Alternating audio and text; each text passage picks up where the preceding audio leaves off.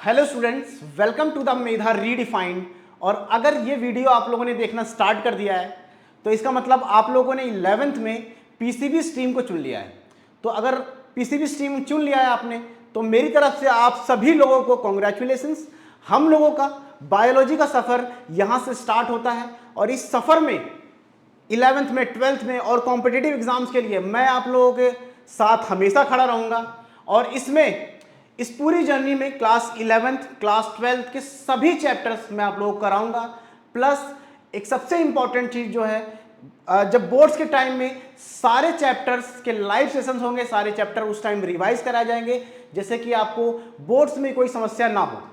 और तो ये सारी चीज़ें आपको इस चैनल पे मिलने वाली हैं। तो सबसे पहला काम आपको ये करना है कि मेधा रीडिफाइंड को सब्सक्राइब करना है और बेल आइकन को दबा लेना है।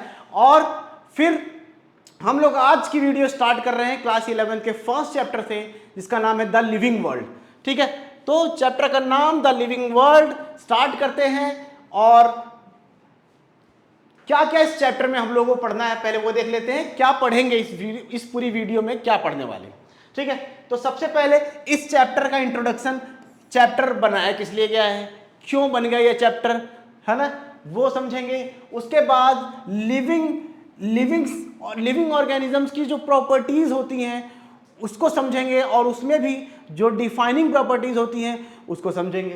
ठीक, उसके बाद जो भी नया ऑर्गेनिज्म अगर आइडेंटिफाई हो रहा है, डिस्कवर हो रहा है, तो उसका क्या किया जाता है, नामकरण किया जाता है, नेमिंग की जाती है। ठीक है, तो उस प्रोसेस को बोलते हैं क्या, नोमेनक्लेचर। और जिस फॉर्मेट में नाम रखा जाता है उसको बोलते हैं बाइनोमियल नोमेनक्लेचर। तो ये हम लोग डिटेल में पढ़ने वाले हैं।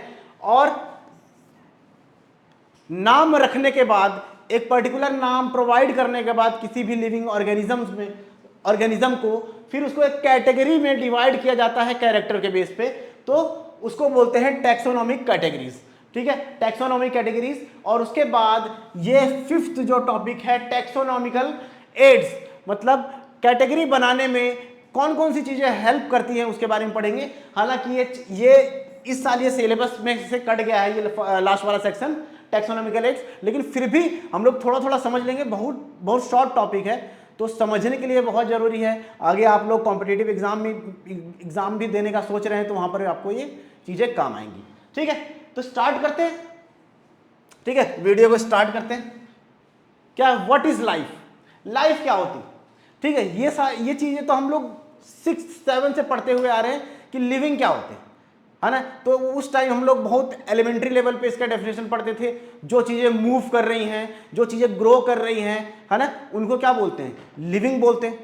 ठीक है, यही तो बोला जाता है। तो लिविंग क्या होता है, तो लिविंग अब हम 11th में जिस लेवल पे पढ़ेंगे, है ना, उसमें हम मॉलिक्यूल्स की बात करेंगे, ऑर्गेनाइजेशंस की बात करेंगे। ठीक है, बॉडी में जो बायोकेमिकल रिएक्शंस वगैरह होती है उसके बारे में बात करेंगे। तो लाइफ क्या है, life is a unique complex organization of molecules expressing through chemical reactions which leads growth, development, responsiveness, adaptations and reproduction। ठीक है, तो बेसिकली लाइफ है क्या, मॉलिक्यूल्स का बना हुआ एक ऑर्गेनाइजेशन है। ठीक है, जिसमें लिविंग रहने के लिए कई सारी बायोकेमिकल रिएक्शंस होती हैं। और प्लस जो भी लिविंग है वो क्या करता है, रिप्रोड्यूस करता है, अपने सराउंडिंग को क्या करता है, रिस्पॉन्स करता है। ठीक, प्लस ग्रो करता है और उसमें डेवलपमेंट होती है। ये सारी चीजें देखी जाती हैं जो भी अगर लिविंग है। ठीक है, जो भी ऑर्गेनिज्म अगर लिविंग है तो उसमें ये सारी चीजें देखी जाती हैं। ठीक, समझ में आ गया। तो लाइफ का मतलब क्या है कि उसकी जो बॉडी है वो, उसका कॉम्प्लेक्स ऑर्गेनाइजेशन होगा मॉलिक्यूल्स का। उसकी बॉडी मॉलिक्यूल्स की बनी होंगी, ढेर सारे ऑर्गेनिक मॉलिक्यूल्स होते हैं, उससे उसकी बॉडी बनी होगी। और प्लस उसकी बॉडी में केमिकल रिएक्शंस कंटिन्यूसली होती हैं जो उसको लिविंग रखती हैं, है ना, लिविंग रखती हैं। और जिससे उनकी बॉडी में ग्रोथ होती है, डेवलपमेंट होती है और वो रिस्पॉन्सिवनेस भी होते हैं, मतलब वो अपने सराउंडिंग से अगेंस्ट रिस्पॉन्स करते हैं। कैसे रिस्पॉन्स करते हैं आगे समझेंगे हम लोग। प्लस एनवायरनमेंट में अडाप्ट करते हैं और रिप्रोड्यूस भी करते हैं, ठीक है। तो ये होता है क्या, ये होता है लाइफ का डेफिनेशन। अगर पेपर में आपके आ रहा है तो आपको इसी लैंग्वेज में लिखना है, आपको इजी लैंग्वेज में नहीं लिखना है। अभी आप लोग 9th 10th में नहीं पढ़ रहे हो, 7th में नहीं पढ़ रहे हो, है ना, तो लैंग्वेज भी थोड़ी उसका वो थोड़ी स्टैंडर्ड वे में हो जाएगी, है ना। तो ये आप लोगों को याद रखना पड़ेगा, इस तरीके से आपको लिखना पड़ेगा लाइफ की डेफिनेशन, ठीक है। आगे बढ़ते हैं, व्हाट इज लिविंग ऑर्गेनिजम्स, ठीक है। तो लिविंग ऑर्गेनिज्म क्या होता है, वो ऑर्गेनिज्म जो क्या है, जिसके अंदर लाइफ है, ठीक है, और प्लस लिविंग ऑर्गेनिजम्स है तो वो कुछ प्रोसेसेस करता है। वो कौन कौन सी प्रोसेसेस करते हैं, ठीक है। सेल्फ रेप्लिकेटिंग होते हैं, ठीक, सेल्फ रेप्लिकेटिंग होते हैं, इवॉल्व करते हैं और सेल्फ रेगुलेटिंग होते हैं। Interactive system capable of responding to external stimuli, ठीक है। इसमें भी पहले वाली स्लाइड की सारी चीजें, सारे वर्ड्स इसमें दिख रहे होंगे आप लोगों को। तो अगर वो लिविंग है तो क्या करेगा, सेल्फ रेप्लिकेशन करेगा, मतलब रिप्रोड्यूस करेगा, ठीक है। इवॉल्व करेगा मतलब ग्रो करेगा, ठीक है। And self regulating interacting system, और उसकी बॉडी का जो ऑर्गेनाइजेशन है इस तरीके का होगा कि उसकी बॉडी खुद को, अपने आप को जिंदा रख सकती है, खुद अपने आप को लिविंग रख सकती है, ठीक है। और capable of responding to the external stimuli, और एक्सटर्नल स्टिमुली के अगेंस्ट क्या करता है, वो रिस्पॉन्स भी करता है अगर वो लिविंग है, ठीक है। तो ये रिस्पॉन्स कैसे किया जाता है, जैसे अब इसका एग्जांपल आप लोगों ने 10th में पढ़ा हुआ है, 10th में कंट्रोल एंड कोऑर्डिनेशन चैप्टर पढ़ा है ना। उसमें किस तरीके से बॉडी रिस्पॉन्स करती है, स्टिमुलस क्या होते हैं, सारी चीजें समझी होंगी। तो सराउंडिंग से जो भी चीजें हम फील कर रहे हैं वो क्या होते हैं, वो होता है स्टिमुलस, और उसके अगेंस्ट हम क्या करते हैं, रिस्पॉन्स करते हैं। जैसे अगर हमको किसी ने पीछे से बुलाया हमारा नाम लेके, तो हम क्या करते हैं, देखते हैं, तो वो हमने क्या किया, जो आवाज आई वो क्या है, हमारे लिए स्टिमुलस है, और हमने पीछे देखा तो वो क्या है, हमारा रिस्पॉन्स है। हमने कोई गर्म चीज छू ली, उसको फिर तुरंत हमारा हाथ ना जल जाए, तुरंत हमने हटा लिया, तो गर्म चीज क्या है, वो क्या है, स्टिमुलस है, और जो हमने हाथ हटा लिया वो क्या है, रिस्पॉन्स है, ठीक है। कुछ जो भी चीजें हम देखते हैं, सुनते हैं, फील करते हैं, ये सब क्या है, ये सब सारी इंफॉर्मेशन जब हम फील कर रहे हैं वो क्या है, स्टिमुलस है।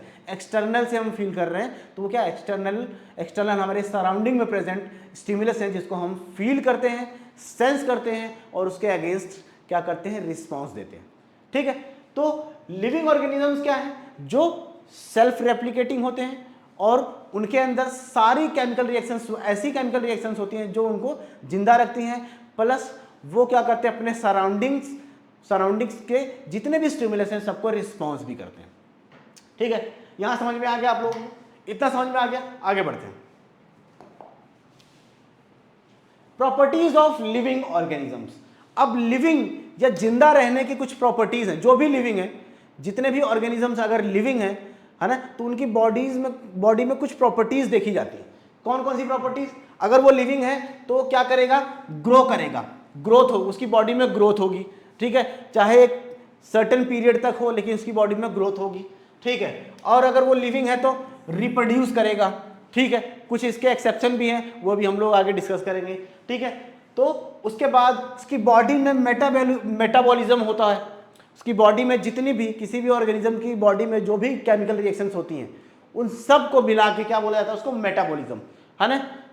मॉलिक्यूल्स का बनना, मॉलिक्यूल्स का टूटना, किसी चीज का बनना टूटना, सबको एक साथ मिला के हम बोलते हैं मेटाबॉलिज्म, ठीक है। तो कोई लिविंग है उसकी बॉडी में मेटाबॉलिज्म होगा, ठीक है। और अगर वो लिविंग है तो वो क्या होगा, सेलुलर ऑर्गेनाइजेशन का, मतलब सेल्स का बना हुआ होगा, ठीक है। प्लस उसके अंदर क्या होंगी, कॉन्शियसनेस होंगी। कॉन्शियसनेस मतलब वो अपने एक्सटर्नल में, अपने सराउंडिंग्स में जो भी चीजें हो रही हैं उसको वो सेंस कर सकता है और उसके अगेंस्ट रिस्पॉन्स भी कर सकता है। तो अगर वो लिविंग है तो ये 5 चीजें, 5 प्रॉपर्टी शो करेगा, ठीक है, 5 प्रॉपर्टी वो शो करेगा, ठीक। अब इनमें से एक एक प्रॉपर्टीज हम लोग अच्छे से पढ़ने वाले हैं डिटेल से, ठीक है। आइए देखते हैं। ग्रोथ, पहली प्रॉपर्टी क्या है, ग्रोथ, ठीक है। तो ग्रोथ क्या होता है, ग्रोथ सेल डिवीजन की, किसी भी ऑर्गेनिज्म में जो ग्रोथ होती है, वो ग्रोथ का मतलब क्या है, नंबर ऑफ सेल्स का बढ़ना या मास का बढ़ना, ठीक है, या आपका मास इंक्रीज कर रहा है या नंबर ऑफ सेल्स इंक्रीज कर रहे हैं, ये दोनों किस में आते हैं, ग्रोथ में आते हैं। ठीक है, दोनों आते हैं ग्रोथ में। It is increase in number and mass of the mass, number and mass of by cell division, of cell by cell division. तो इसमें ग्रोथ में number of cells and mass में ग्रोथ होती है सेल की। ठीक है, किसकी वजह से, सेल डिवीजन की वजह से। सेल डिवीजन कंटिन्यूअसली होता है तो इसी से ग्रोथ होती है। ठीक, अब growth occurs by cell division, cell enlargement and cell differentiation. ठीक है, तो ग्रोथ तीन चीजों से होती है, सेल डिवीजन होता रहता है, उससे एक सेल से दो सेल बने, दो सेल से चार सेल बने, ऐसे इस तरीके से। और या तो सेल इनलार्जमेंट होती है, एक सिंगल सेल ही क्या करती है, इनलार्ज करती है। ठीक है, और सेल डिफरेंशिएशन से भी होता है। ठीक है, in plants growth continue their life span. Plants में जो है, प्लांट्स में ग्रोथ लाइफ स्पैन, जितनी लाइफ उसकी रहती है, लाइफ पूरी जिंदगी, जितनी भी उसकी जिंदगी है ना, लाइफ स्पैन है, पूरे लाइफ स्पैन में वो ग्रो करेगा प्लांट। लेकिन एनिमल्स में ऐसा नहीं होता, एनिमल्स में कुछ सर्टेन पीरियड के बाद ग्रोथ रुक जाती है। ठीक है, तो in plants growth continues their life span, in animals growth stops after a certain age. Animals के अंदर ग्रोथ जो है कुछ एज के बाद रुक जाती है। ठीक है, तो ये देखिए, ये एलिफेंट है, ये दिख रहा होगा कितना छोटा है ना, इसमें कंटिन्यूसली जैसे जैसे टाइम बीतता है ग्रोथ होती जाती है, इसका मास बढ़ता जाता है। तो ये क्या है, ग्रोथ का एग्जांपल है। और सेल जब रेप्लिकेट करते हैं, सेल डिवाइड्स होते हैं, तो सेल के नंबर भी इंक्रीज करते जाते हैं, ये भी क्या है, ये भी एक ग्रोथ है। ठीक, ठीक है, लेकिन आप लोग ये बताइए कि ग्रोथ जो है क्या वो डिफाइनिंग प्रॉपर्टी है लिविंग की, डिफाइनिंग प्रॉपर्टी है लिविंग की, डिफाइनिंग प्रॉपर्टी है ग्रोथ, बताइए, है ना। ग्रोथ लिविंग में होती है लेकिन लिविंग की डिफाइनिंग प्रॉपर्टी नहीं है। जो नॉन लिविंग है उनमें भी ग्रोथ हो सकती है। ठीक है, कैसे हो सकती है सर, नॉन लिविंग में कैसे ग्रोथ हो सकती है? देखिए, कोई माउंटेन है तो वो समर्स में कैसा रहता है, जैसा हमको चट्टानें दिखती हैं, घास दिखती है ना, पेड़ दिखते हैं, लेकिन अगर वहां पर विंटर स्नोफॉल होता है विंटर में, तो वहां पर क्या होता है ना, स्नो की कवरिंग हो जाती है माउंटेन्स पे, तो उसका क्या है, मास बढ़ जाता है, उसका साइज बढ़ जाता है ना, बढ़ जाता है ना। तो यहां पर इसको भी ग्रोथ बोलेंगे, ग्रोथ हुई, माउंटेन में भी ग्रोथ हो गई। ठीक है, तो इसीलिए ग्रोथ लिविंग में तो होती है लेकिन नॉन लिविंग में भी हो सकती है। अगर आपको वुड का कोई टिकड़ा, जो वुड है उसको अगर आप पानी में डाल दोगे कुछ, है ना, तो वो क्या हो, पानी को एब्जॉर्ब करके फूल जाएगा, है ना, तो लिविंग तो रहा नहीं लेकिन वो भी, उसमें भी ग्रोथ हो रही है ना। ठीक, तो ग्रोथ लिविंग ऑर्गेनिज्म में होती है, लेकिन ऐसा नहीं है कि सिर्फ और सिर्फ लिविंग में ही होती है, नॉन लिविंग में भी ग्रोथ होती है। ठीक है, वो एग्जांपल मैंने आप लोगों को बता दिया। ठीक है, इसीलिए जो ग्रोथ है वो लिविंग की डिफाइनिंग प्रॉपर्टी नहीं है, लिविंग की डिफाइनिंग प्रॉपर्टी नहीं है ग्रोथ। ठीक है, ठीक, growth is increase in mass and size, so non living objects also grow, hence growth is not a defining property of living organism. ठीक है, डिफाइनिंग प्रॉपर्टी नहीं है लिविंग ऑर्गेनिज्म की। ठीक, ठीक है, ठीक, और प्लस और क्या होता है, in living organisms growth comes from inside. ठीक है, लिविंग ऑर्गेनिजम्स के अंदर ग्रोथ जो है अंदर से आती है।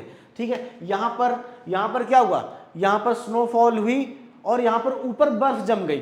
ठीक है, तो ये अंदर से थोड़ी आया ग्रोथ, ये तो एक्सटर्नल ऊपर से आया ना, बाहर से आ रहा है ना, माउंटेन के अंदर से थोड़ी आ रहा है। लेकिन जो लिविंग बीइंग्स होते हैं उनकी जो ग्रोथ होती है बॉडी के अंदर से होती है। ठीक है, समझ में आ गया।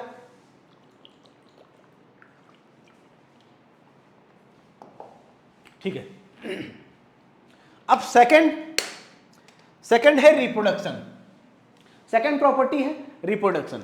तो जो भी अगर लिविंग बीइंग है, अगर कोई लिविंग बीइंग है तो वो क्या करता है, वो रिप्रोड्यूस करता है ना, यंग वंस को क्या करता है, प्रोड्यूस करता है, अपने जैसे यंग वंस को प्रोड्यूस करता है ताकि उनकी स्पीसीज एक्सटिंक्ट ना हो जाए, खत्म ना हो जाए। क्योंकि हर ऑर्गेनिज्म, कोई भी ऑर्गेनिज्म है, उसका एक फिक्स लाइफ स्पैन है, उसके बाद उसकी डेथ हो जाती है। तो अगर वो अपने जैसे ऑर्गेनिजम्स पैदा नहीं करेंगे, अपने जैसे बच्चे नहीं पैदा करेंगे, तो वो क्या हो जाएंगे, एक्सटिंक्ट हो जाएंगे, विलुप्त हो जाएंगे, है ना। तो ये रिप्रोडक्शन एक एग्जिस्टेंस के लिए, स्पीसीज के एग्जिस्टेंस के लिए बहुत इंपॉर्टेंट पार्ट है, ठीक है। तो जितने भी लिविंग बीइंग्स होते हैं वो most of the living beings क्या करते हैं, रिप्रोडक्शन करते हैं। क्या ये डिफाइनिंग प्रॉपर्टी है, क्या ये डिफाइनिंग प्रॉपर्टी है, देखते हैं है या नहीं, है ना। Producing of young ones of same kind, तो रिप्रोडक्शन क्या होता है, producing of young ones of same kind, अपने जैसे यंग वंस को प्रोड्यूस करना ही क्या होता है, ये प्रोसेस होता है रिप्रोडक्शन का, ठीक है। और ये होता है sexual reproduction and asexual reproduction.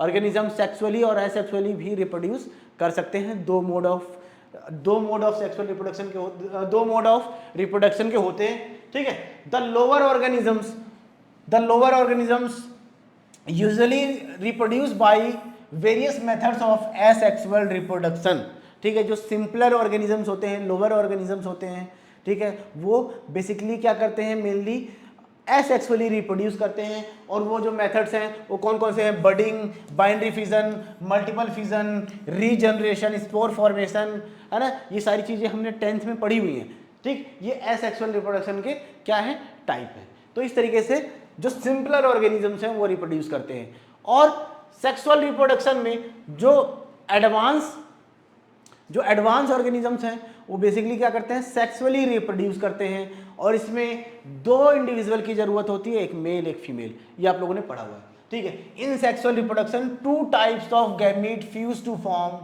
Zygote which develops into new individuals, ठीक है।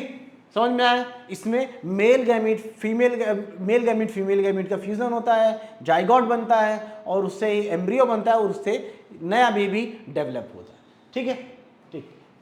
Many organisms do not reproduce such as moles, worker bees,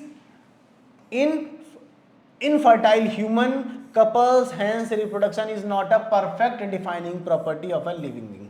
तो रिप्रोडक्शन भी डिफाइनिंग प्रॉपर्टी नहीं है। क्यों नहीं है, क्योंकि कई सारे ऑर्गेनिजम्स रिप्रोड्यूस नहीं करते, ठीक। जैसे ये आप लोगों को दिख रहा है म्यूल, इसको क्या बोलते हैं, ये क्या है, म्यूल। हिंदी में क्या बोलते हैं इसको, खच्चर। क्या बोलते हैं, खच्चर, ठीक है। तो ये खच्चर किससे बनता है, ये डोंकी और हॉर्स को जब ब्रीड कराया जाता है तो उसका जो ऑफस्प्रिंग होता है, उसका जो बच्चा होता है, उसको बोलते हैं म्यूल, खच्चर। और ये होता है स्टेराइल, ये बच्चे नहीं पैदा कर सकता, ये क्या होता है, sterile.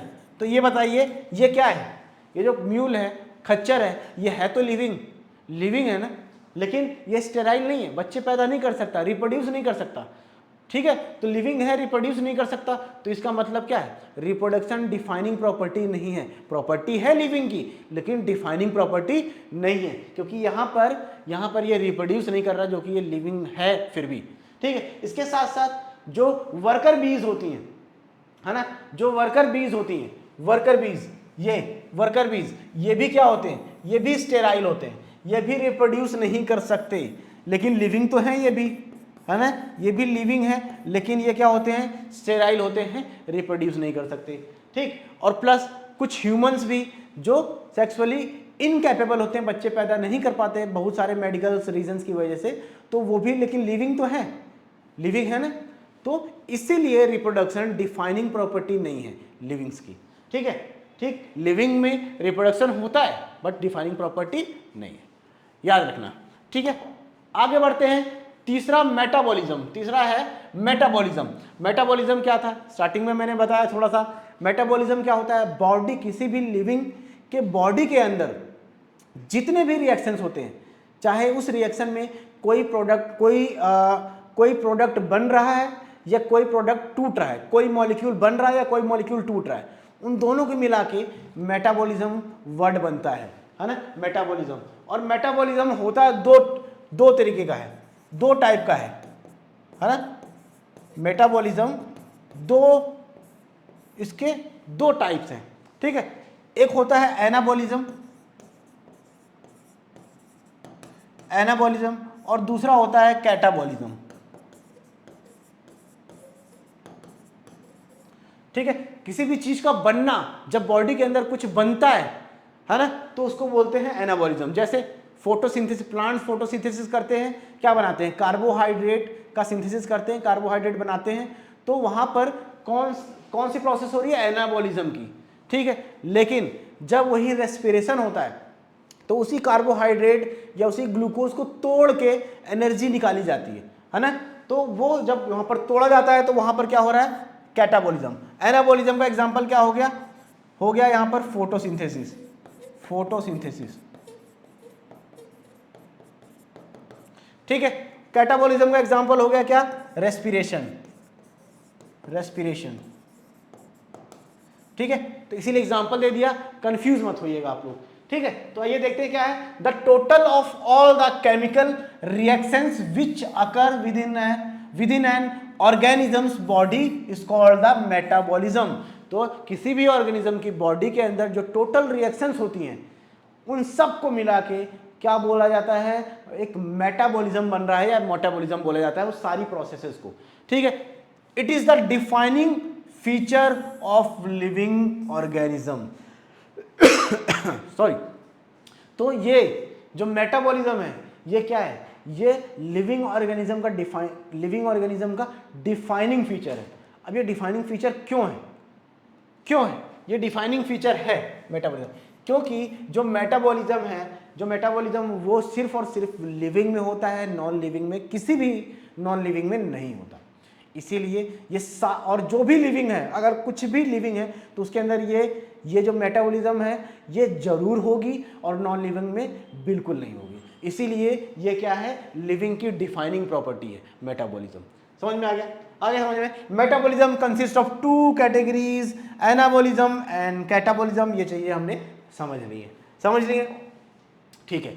Anabolism involves the synthesis of complex substances such as carbohydrates, fats, proteins, ठीक है। एग्जाम्पल में क्या पढ़ा हमने, formation of proteins and amino acids, ठीक है। ये भी यहाँ पर फॉर्मेशन हो रहा है, बन रहा है, तो ये भी एनाबॉलिज्म है, ठीक है। कैटाबॉलिज्म क्या है, involves the breakdown of complex substances into simple inorganic substances, ठीक है। इसमें कॉम्प्लेक्स ऑर्गेनिक सब्सटेंस का ब्रेकडाउन होता है सिंपल इनऑर्गेनिक सब्सटेंसेस में, ठीक है।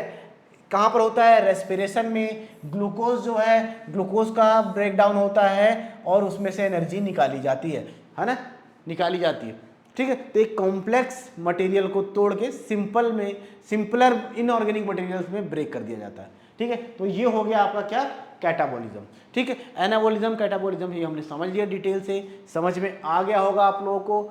और हमने क्या पढ़ा, मेटाबॉलिज्म जो है वो लाइफ की डिफाइनिंग प्रॉपर्टी है ना, लिविंग की डिफाइनिंग प्रॉपर्टी, ठीक है। चलिए आगे बढ़ते हैं। नेक्स्ट है सेलुलर ऑर्गेनाइजेशन। सेलुलर ऑर्गेनाइजेशन क्या है, अगर कोई लिविंग ऑर्गेनिज्म है तो उसकी बॉडी किससे बनी होगी, सेल से बनी होगी। क्यों भाई, क्योंकि सेल क्या है, हमने 9th में पढ़ा था, cell is the structural unit of life. Structural unit of life. Cell क्या होती है, लाइफ की या लिविंग की स्ट्रक्चरल यूनिट होती है, ठीक है। तो कोई भी लिविंग ऑर्गेनिज्म है तो उसकी बॉडी किससे बनी हुई है, छोटे छोटे सेल से मिलके बनी हुई है उसकी बॉडी। तो उसकी बॉडी का जो ऑर्गेनाइजेशन है वो कैसा है, सेल से बना हुआ है, उसके लिए उसको बोलते हैं, उसकी बॉडी का ऑर्गेनाइजेशन है सेलुलर ऑर्गेनाइजेशन। समझ में आ गया। All living organisms are made of cells. They are, यहां पर आएगा made up of cells. They are either unicellular और मल्टीसेलुलर, ठीक है। ऑर्गेनिजम्स या तो यूनिसेलुलर होते हैं या तो मल्टीसेलुलर होते हैं। यूनिसेलुलर है तो एक सेल से बना हुआ है, मल्टीसेलुलर है तो एक से ज्यादा सेल्स के बने हुए हैं, ठीक है। 9th की चीजें हैं ये सब, तो आप लोगों ने अच्छे से पढ़ा होगा, ठीक है। इन मल्टीसेलुलर ऑर्गेनिजम्स, अब मल्टीसेलुलर ऑर्गेनिजम्स में क्या होता है, यहां पर सेल्स के ग्रुप मिलके बनाते हैं टिश्यू, और टिश्यू से बनता है ऑर्गन्स, और ऑर्गन से बनता है ऑर्गन सिस्टम, और इस ऑर्गन सिस्टम से बनता है एक पूरा organisation which indicate an increasing complexity in cellular organisation. एक पूरी बॉडी बनती है, ठीक है। ये आपको फ्लो चार्ट दिख रहा होगा। सेल से बनता है क्या, टिश्यूज, और टिश्यूज से बनते हैं ऑर्गन्स, ऑर्गन से बनते हैं ऑर्गन सिस्टम, और ऑर्गन सिस्टम से बनते हैं एक कंप्लीट ऑर्गेनिज्म बनता है, ठीक है। समझ में आ गया। It is the defining feature of living organism, ठीक है। तो सेलुलर ऑर्गेनाइजेशन क्या है, डिफाइनिंग फीचर है, क्योंकि अगर वो लिविंग है तो वो सेल से बना होगा, ठीक है, और नॉन लिविंग सेल से नहीं बने होते, ठीक है। समझ में आ गया, आगे समझ में। चलिए, ये तो बहुत छोटा सा था। आगे कॉन्शियसनेस। कॉन्शियसनेस क्या होता है? अगर कोई लिविंग बीइंग है तो उसके अंदर क्या होते हैं, उसके अंदर सेंसेस होते हैं। वो अपने सराउंडिंग्स में जो भी चीज़ें हो रही हैं, जो भी चेंजेस हो रहे हैं सराउंडिंग्स में, उसको वो क्या कर लेता है, सेंस करके फील कर लेता है, और फील करने के बाद उसके लिए वो रिस्पॉन्स भी करता है। उसके लिए वो क्या करता है, रिस्पॉन्स भी करता है। और इसी प्रोसेस को बोला जाता है क्या, कॉन्शियसनेस। ये जो एबिलिटी है इसी को कॉन्शियसनेस बोला जाता है, ठीक है। ठीक, it is the ability of organism to sense their environment and respond to environmental stimuli like light, water, wind, temperature, chemicals, other organisms etcetera. तो ये अपने आसपास की जितनी भी चीजें हैं, ये सब को क्या करता है, कोई भी ऑर्गेनिज्म सेंस कर सकता है और उसको रिस्पॉन्ड कर सकता है, ठीक है। All organisms are aware of their surroundings, so it is a defining property of living organisms, ठीक है। तो कॉन्शियसनेस भी क्या है, ये डिफाइनिंग प्रॉपर्टी है लिविंग ऑर्गेनिज्म की। क्योंकि अगर कोई नॉन लिविंग थिंग अगर पड़ी हुई है ना, तो उसको आप बुला लो, हाँ भाई इधर आ जा, इधर आ जा, उसको कोई नाम रख दो, उसको बोल दो, उसको कोई फर्क पड़ेगा, है ना। उसके ऊपर पानी फेंक दो, है ना, आग जला के फेंक दो, कुछ फर्क नहीं पड़ेगा, कोई रिस्पॉन्स नहीं होगा उसका, ठीक, क्योंकि वो नॉन लिविंग है। अगर लिविंग होगा तो वो हर चीज़ पे रिस्पॉन्स करेगा, तो ये नॉन लिविंग में हो ही नहीं सकता कॉन्शियसनेस। इसीलिए कॉन्शियसनेस क्या है, एक डिफाइनिंग प्रॉपर्टी है लिविंग्स की, है ना, लिविंग ऑर्गेनिज्म की डिफाइनिंग प्रॉपर्टी है, ठीक। Human is the only organism having self consciousness, ठीक है। ह्यूमन जो है, ह्यूमन एक इकलौता ऐसा ऑर्गेनिज्म है जिसके अंदर सेल्फ कॉन्शियसनेस होती है ना। अपने आप को वो पहचान सकता है, अपने आप को समझ सकता है कि मैं कैसा हूँ, है ना, मेरी आदतें कैसी हैं, है ना, मैं जो कर रहा हूँ उस पर दूसरों पे क्या फ़र्क पड़ रहा है, समाज पे क्या फ़र्क पड़ रहा है ना, कोई काम कर रहा हूँ तो घर वालों पे क्या फ़र्क पड़ा, मेरे फ्रेंड्स मेरे बारे में क्या सोचेंगे अगर मैं ऐसा करूँ। ये सारी चीज़ें कि सिर्फ और सिर्फ ह्यूमन सोचता है ना, और कोई नहीं सोचता। तो यही क्या है, सेल्फ कॉन्शियसनेस है, और ये सिर्फ और सिर्फ ह्यूमंस में होती है। जितने भी लिविंग्स हैं उनमें से सिर्फ ह्यूमंस में सेल्फ कॉन्शियसनेस होता है, ठीक है। तो ये हमारे जो पांच प्रॉपर्टीज थी लिविंग ऑर्गेनिजम्स की, वो हमने पढ़ ली, ठीक है। क्या क्या थी, growth, reproduction, cellular organisation, consciousness और मेटाबॉलिज्म, ठीक है। 5 चीज़ें पढ़ी, और इसमें से ग्रोथ और रिप्रोडक्शन ये क्या है, डिफाइनिंग प्रॉपर्टी नहीं है, जबकि cellular organisation, metabolism and consciousness ये तीनों क्या है, defining property of living organisms हैं। याद रखना, ठीक है, याद रखना। चलिए आगे बढ़ जाते हैं, आगे बढ़ते हैं। Diversity in the living world, ठीक है, लिविंग वर्ल्ड चैप्टर का नाम ही है। तो इस लिविंग वर्ल्ड में, है ना, इस वर्ल्ड में, इस अर्थ पे इतने सारे नंबर्स ऑफ ऑर्गेनिजम्स हैं, इतने सारे ऑर्गेनिजम्स हैं, है ना, कितने सारे लाइफ फॉर्म्स हैं, कितने टाइप के आपको जीव दिखते हैं, लिविंग्स दिखते हैं जब आप किसी फॉरेस्ट में जाते हैं, या कहीं आप कहीं भी गए, पहाड़ों में गए, जंगल में गए, तो तरह तरह के, या टीवी आप लोग देख रहे हैं, डिस्कवरी देखते हैं, तो इतने टाइप्स ऑफ लिविंग ऑर्गेनिजम्स के फॉर्म्स हैं, है ना। तो डिफरेंट टाइप्स के जो इंडिविजुअल्स हैं, स्पीसीज हैं, उन्हीं को क्या बोला जाता है, बायोडाइवर्सिटी, है ना, कि डिफरेंट टाइप की लाइफ्स प्रेजेंट है, ठीक है। तो लगभग अभी तक क्या है, biodiversity is the number and type of organisms present on the earth, ठीक है। तो number and type of organisms जो अर्थ पे प्रेजेंट है वही हमारे बायोडाइवर्सिटी को बनाते हैं, है ना, बायोडाइवर्सिटी को बनाते हैं। तो अभी तक लगभग 1.7 एंड 1.8, लगभग 1.7 1.8 मिलियन स्पीसीज अभी तक डिस्कवर हो चुकी हैं, ठीक है। Number of species described is 1.7 to 1.8 million, ठीक है।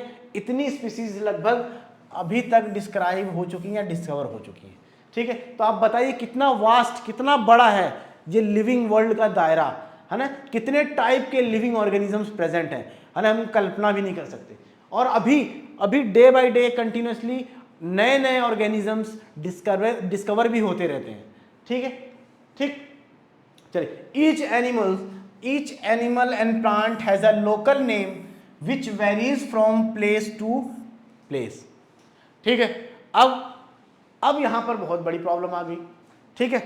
तो इतने सारे लिविंग ऑर्गेनिज्म हैं, ठीक है, इतने सारे लिविंग ऑर्गेनिज्म हैं, लेकिन यहां पर देखेंगे हम लोग कि अगर हम किसी जगह पे किसी भी लिविंग को किसी और नाम से बुलाते हैं, फिर दूसरी जगह पे किसी और नाम से बुलाते हैं। जैसे हम लोग क्या बोलते हैं यहाँ यूपी में, हम लोग क्या बोलते हैं, प्याज को, जो प्याज होता है उसको प्याज बोला जाता है ना। लेकिन मराठे में या मुंबई वगैरह में लोग क्या बोलते हैं, कांदा, क्या बोलते हैं, कांदा, है ना। तो ये डिफरेंट नाम वगैरह, सेम ही चीज है, लेकिन रीजनल आप मतलब डिफरेंट कंट्री या डिफरेंट स्टेट्स में जाएंगे तो सेम ही चीज़ों के कई नाम्स होते हैं, है ना, कई नेम्स होते हैं, तो हम पहचान नहीं सकते किसकी बात हो रही है, ठीक है। तो ये बहुत कंफ्यूजन रहती है। तो each animal and plant has a local name which varies from place to place. तो जो लोकल नेम्स होते हैं वो जगह जैसे ही बदलती है उसके नेम भी बदलते रहते हैं, ठीक है। तो इसको रोकने के लिए, है ना, इसको रोकने के लिए जैसे हम यहाँ पर क्या बोलते हैं, हम आम को आम बोलते हैं, ठीक है। और इंग्लिश में या आप इंग्लिश, जितने भी इंग्लिश कंट्रीज हैं वहाँ पर आम को मैंगो बोला जाता है। तो अब कैसे रिलेट कर पाएंगे, है ना। अगर हम जाके यहाँ यूएस में जाके हम बोलेंगे भाई आम चाहिए हमको, तो अगर कोई अंग्रेज होगा तो उसको तो नहीं पता चल पाएगा ना हमको क्या चाहिए, तो कंफ्यूज हो जाएगा। अगर हम उसको मैंगो बोलेंगे तो तुरंत जान जाएगा। तो यहाँ पर देखिए सेम ही चीज़ के डिफरेंट नाम्स होते हैं अलग अलग जगहों पे, तो ये बहुत कन्फ्यूज़न क्रिएट हो जाती है लोगों के लिए समझना कि किस चीज़ की बात हो रही है। तो इसी को दूर करने के लिए क्या किया गया, to overcome this standardise process of naming living organisms called nomenclature is followed, ठीक है। तो इसी चीज़ को, इसी कन्फ्यूज़न को दूर करने के लिए, ठीक है ना, एक नोमेनक्लेचर टर्म को या नोमेनक्लेचर प्रोसेस को फॉलो किया जाता है, जिसमें हर एक लिविंग ऑर्गेनिज्म को एक ऐसा नाम दिया जाता है जो पूरे वर्ल्ड में उसको उसी नाम से बुलाया जाए। अब किसी भी कंट्री में जाके वो नाम बोल दो, सबको पता रहेगा, क्योंकि वो हर पूरे वर्ल्ड में हर जगह उसको उसी नाम से स्टडी किया जाता है, ठीक है। ठीक, तो एक स्टैंडर्ड नाम देने की बात हुई और जिसको हमने बोला नोमेनक्लेचर, जिसको बोला गया क्या, नोमेनक्लेचर, जिससे ये जो रीजनल नेम्स जो चेंज होते रहते हैं ना, है ना, उससे कोई कंफ्यूजन ना क्रिएट हो किसी को, ठीक है। A number of procedures are used to assign scientific names which are acceptable by biologist all over the world, ठीक है। तो हर ऑर्गेनिज्म जो डिस्कवर हुआ है उसको एक साइंटिफिक नाम प्रोवाइड किया जाता है, जो पूरे वर्ल्ड में उस साइंटिफिक नाम को जाना जाता है और उसी नाम से उस ऑर्गेनिज्म की स्टडी होती है, चाहे वो किसी कंट्री में, ठीक है। समझ में आ गया, ठीक है, समझ में आ गया। जैसे मैंगो है, मैंगो का साइंटिफिक नेम क्या है,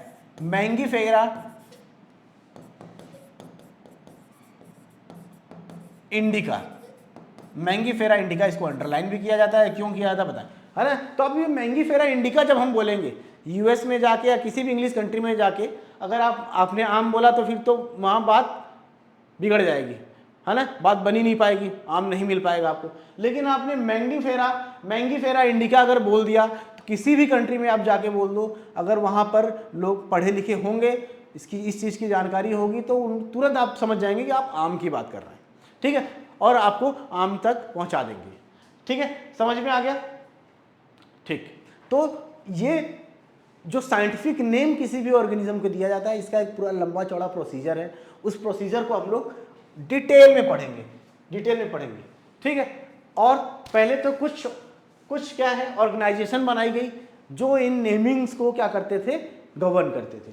जैसे कि international code of botanical nomenclature, ये क्या है, ये 1961 में स्टार्ट हुआ international code of botanical nomenclature. और यहाँ ये क्या करते हैं, इसके अंदर सारे जो लॉज हैं, सारे नॉर्म्स हैं, किसी प्लांट्स के नोमेनक्लेचर या प्लांट्स को साइंटिफिक नाम कैसे प्रोवाइड किया जाए, है ना,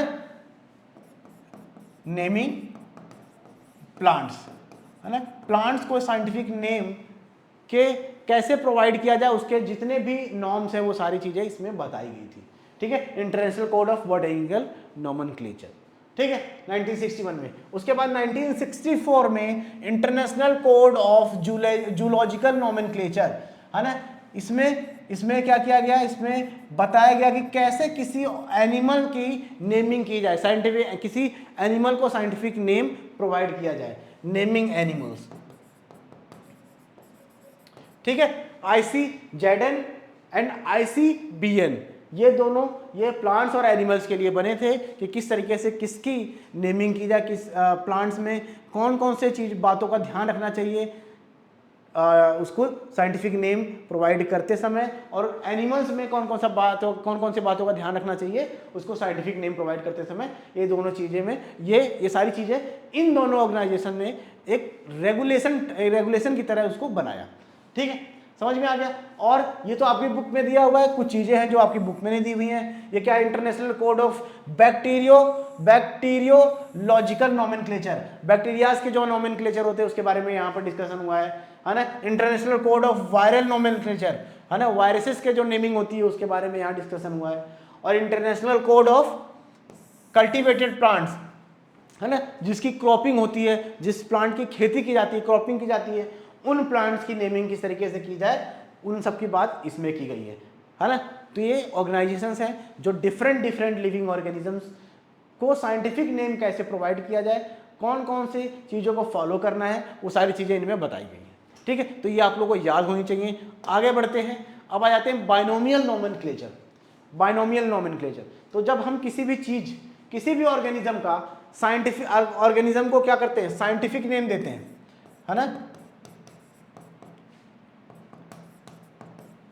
किसी भी ऑर्गेनिज्म को साइंटिफिक नेम देते हैं तो जो नेम है, साइंटिफिक नेम हम प्रोवाइड करते हैं, है ना, उसको क्या बोलते हैं, वो है बाइनोमियल नोमेनक्लेचर, है ना। उसका जो फॉर्मेट है, साइंटिफिक नाम रखने का जो फॉर्मेट है, उस फॉर्मेट को क्या बोलते हैं, बाइनोमियल नोमेनक्लेचर। ठीक है, और इसमें हम लोग डिस्कस करने वाले क्या क्या चीज़ों का ध्यान रखना पड़ता है किसी भी ऑर्गेनिज्म को साइंटिफिक नेम प्रोवाइड करते समय। समझ में आ गया। ठीक है, तो देखते हैं। The nomenclature was given by the Carolus Linnaeus. ठीक है, तो लीनियस ने नोमेनक्लेचर प्रोवाइड किया। नोमेनक्लेचर जो नेमिंग की जा रही है, ये किसने दिया, कैरोलस लीनियस ने। ठीक है, the system is well explained in the 10th edition of Carolus Linnaeus book Systema Naturae.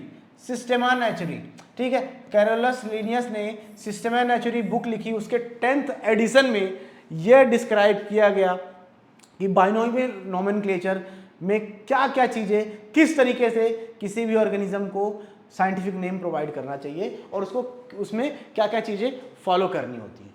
ठीक, तो in binomial nomenclature each name has 2 components.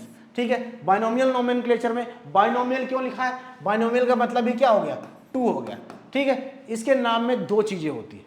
Binomial nomenclature के हिसाब से किसी भी नाम में 2 कंपोनेंट होंगे, एक होगा जेनरिक नेम और एक होगा specific epithet. Generic name and specific epithet. ठीक है, जैसे अभी मैंने यहाँ पर लिखा था, क्या यहाँ पर लिखा था, मैंगीफेरा इंडिका, है ना। यहाँ पर देखिए ये मैंगो का साइंटिफिक नेम है, तो यहाँ पर क्या 2 चीज़ें हैं, ये है जेनरिक नेम और ये है स्पेसिफिक एपिथेट। ठीक है, 2 चीज़ें हैं, तो हर साइंटिफिक नेम में 2 चीज़ें होनी चाहिए। क्या ये आपका हो गया स्पेसिफिक एपिथेट और जेनरिक नेम। ठीक है, समझ में आ गया। ठीक, और आगे क्या है, generic name represent the genus, generic name जो होता है वो जीनस को रिप्रेजेंट करता है, and the specific epithet is the species name, है ना। तो स्पेसिफिक एपिथेट जो होता है वो स्पेसीज के नेम को रिप्रेजेंट करता है, और जेनरिक नेम जीनस को रिप्रेजेंट करता है। ये सारी चीजें क्या है, स्पेसीज क्या है, जीनस क्या है, ये अभी हम लोग समझेंगे डिटेल में, ठीक है। एग्जाम्पल जैसे यहाँ पर देखिए मैंगीफेरा इंडिका, ठीक है, इसमें जीनस मैंगीफेरा है और स्पीसीज क्या है, इंडिका है, ठीक।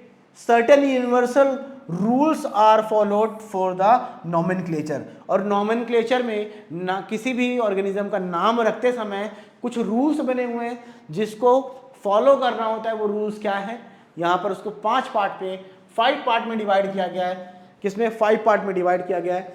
तो ये बहुत इंपॉर्टेंट है, ये आपके पेपर में आते हैं, और इस पेपर को आप लोग इस चैप्टर को हल्के में मत लीजिएगा, यहाँ से क्वेश्चंस आते हैं, ठीक है।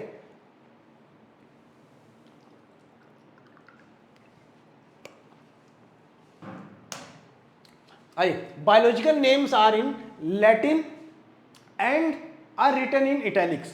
तो बायोलॉजिकल जो नेम्स, जो वर्ड्स होते हैं वो लैटिन लैंग्वेज से लिए जाते हैं, है ना। जो वर्ड्स होते हैं जैसे मैंगीफेरा, इंडिका, ये सब क्या है, ये लैटिन वर्ड्स हैं, ठीक है। तो जो नॉमेनक्लेचर साइंटिफिक नाम रखते समय जो भी वर्ड लेते हैं वो लैटिन लैंग्वेज से वर्ड लिया जाता है, और उसको जब लिखा जाता है प्रिंटेड फॉर्म में, जब बुक्स में प्रिंट होके आता है तो वो लिखा होता है इटैलिक्स में। वर्ड होता है लैटिन लेकिन लिखते हैं इटैलिक्स स्टाइल में। स्टाइल कैसा होता है, इटैलिक्स, ठीक है। जब बुक में छपता है तो इटैलिक्स छपता है, जब हम अपने हाथ से लिखते हैं, है ना। जैसे अब हमने अपने हाथ से लिखा, क्या लिखा, मैंगीफेरा, मैंगीफेरा इंडिका,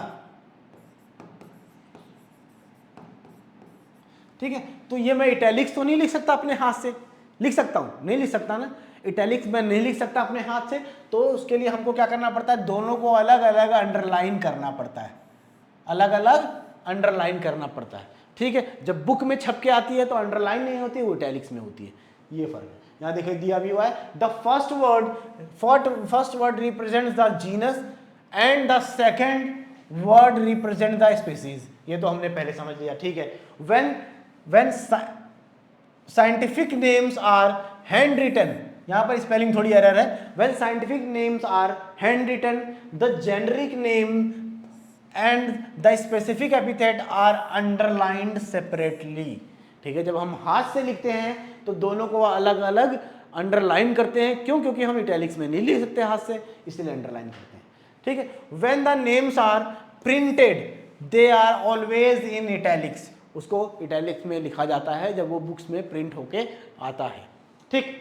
चलिए, author's name in abbreviated form appears at the end of the biological name, ठीक है। कोई भी बायोलॉजिकल नेम है तो उसके आगे, जैसे यहाँ पर जिसने उसको डिस्कवर किया है उसका नाम उसके आगे लिखा जाता है एब्रिविएटेड फॉर्म में। जैसे यहाँ लीनियस ने किया है तो इसको मैं लिन लिख सकता हूँ, मैंगीफेरा इंडिका लिन, समझ में आ गया। तो क्या करते हैं, सबसे पहले जीनस, स्पीसीज, और उसके बाद अगर कंप्लीट आप लिख रहे हैं तो उस बायोलॉजिस्ट का नाम भी लिखना पड़ता है जिसने उस ऑर्गेनिज्म को डिस्कवर किया है, ठीक है। समझ में आ गया। और एक चीज का ध्यान रखिएगा कि यहाँ पर नाम लिखते समय जो जीनस है उसका पहला जो लेटर है वो कैपिटल होता है, लेकिन स्पीसीज का स्मॉल से ही स्टार्ट होता है, स्पीसीज का स्मॉल से ही स्टार्ट होता है, ठीक है।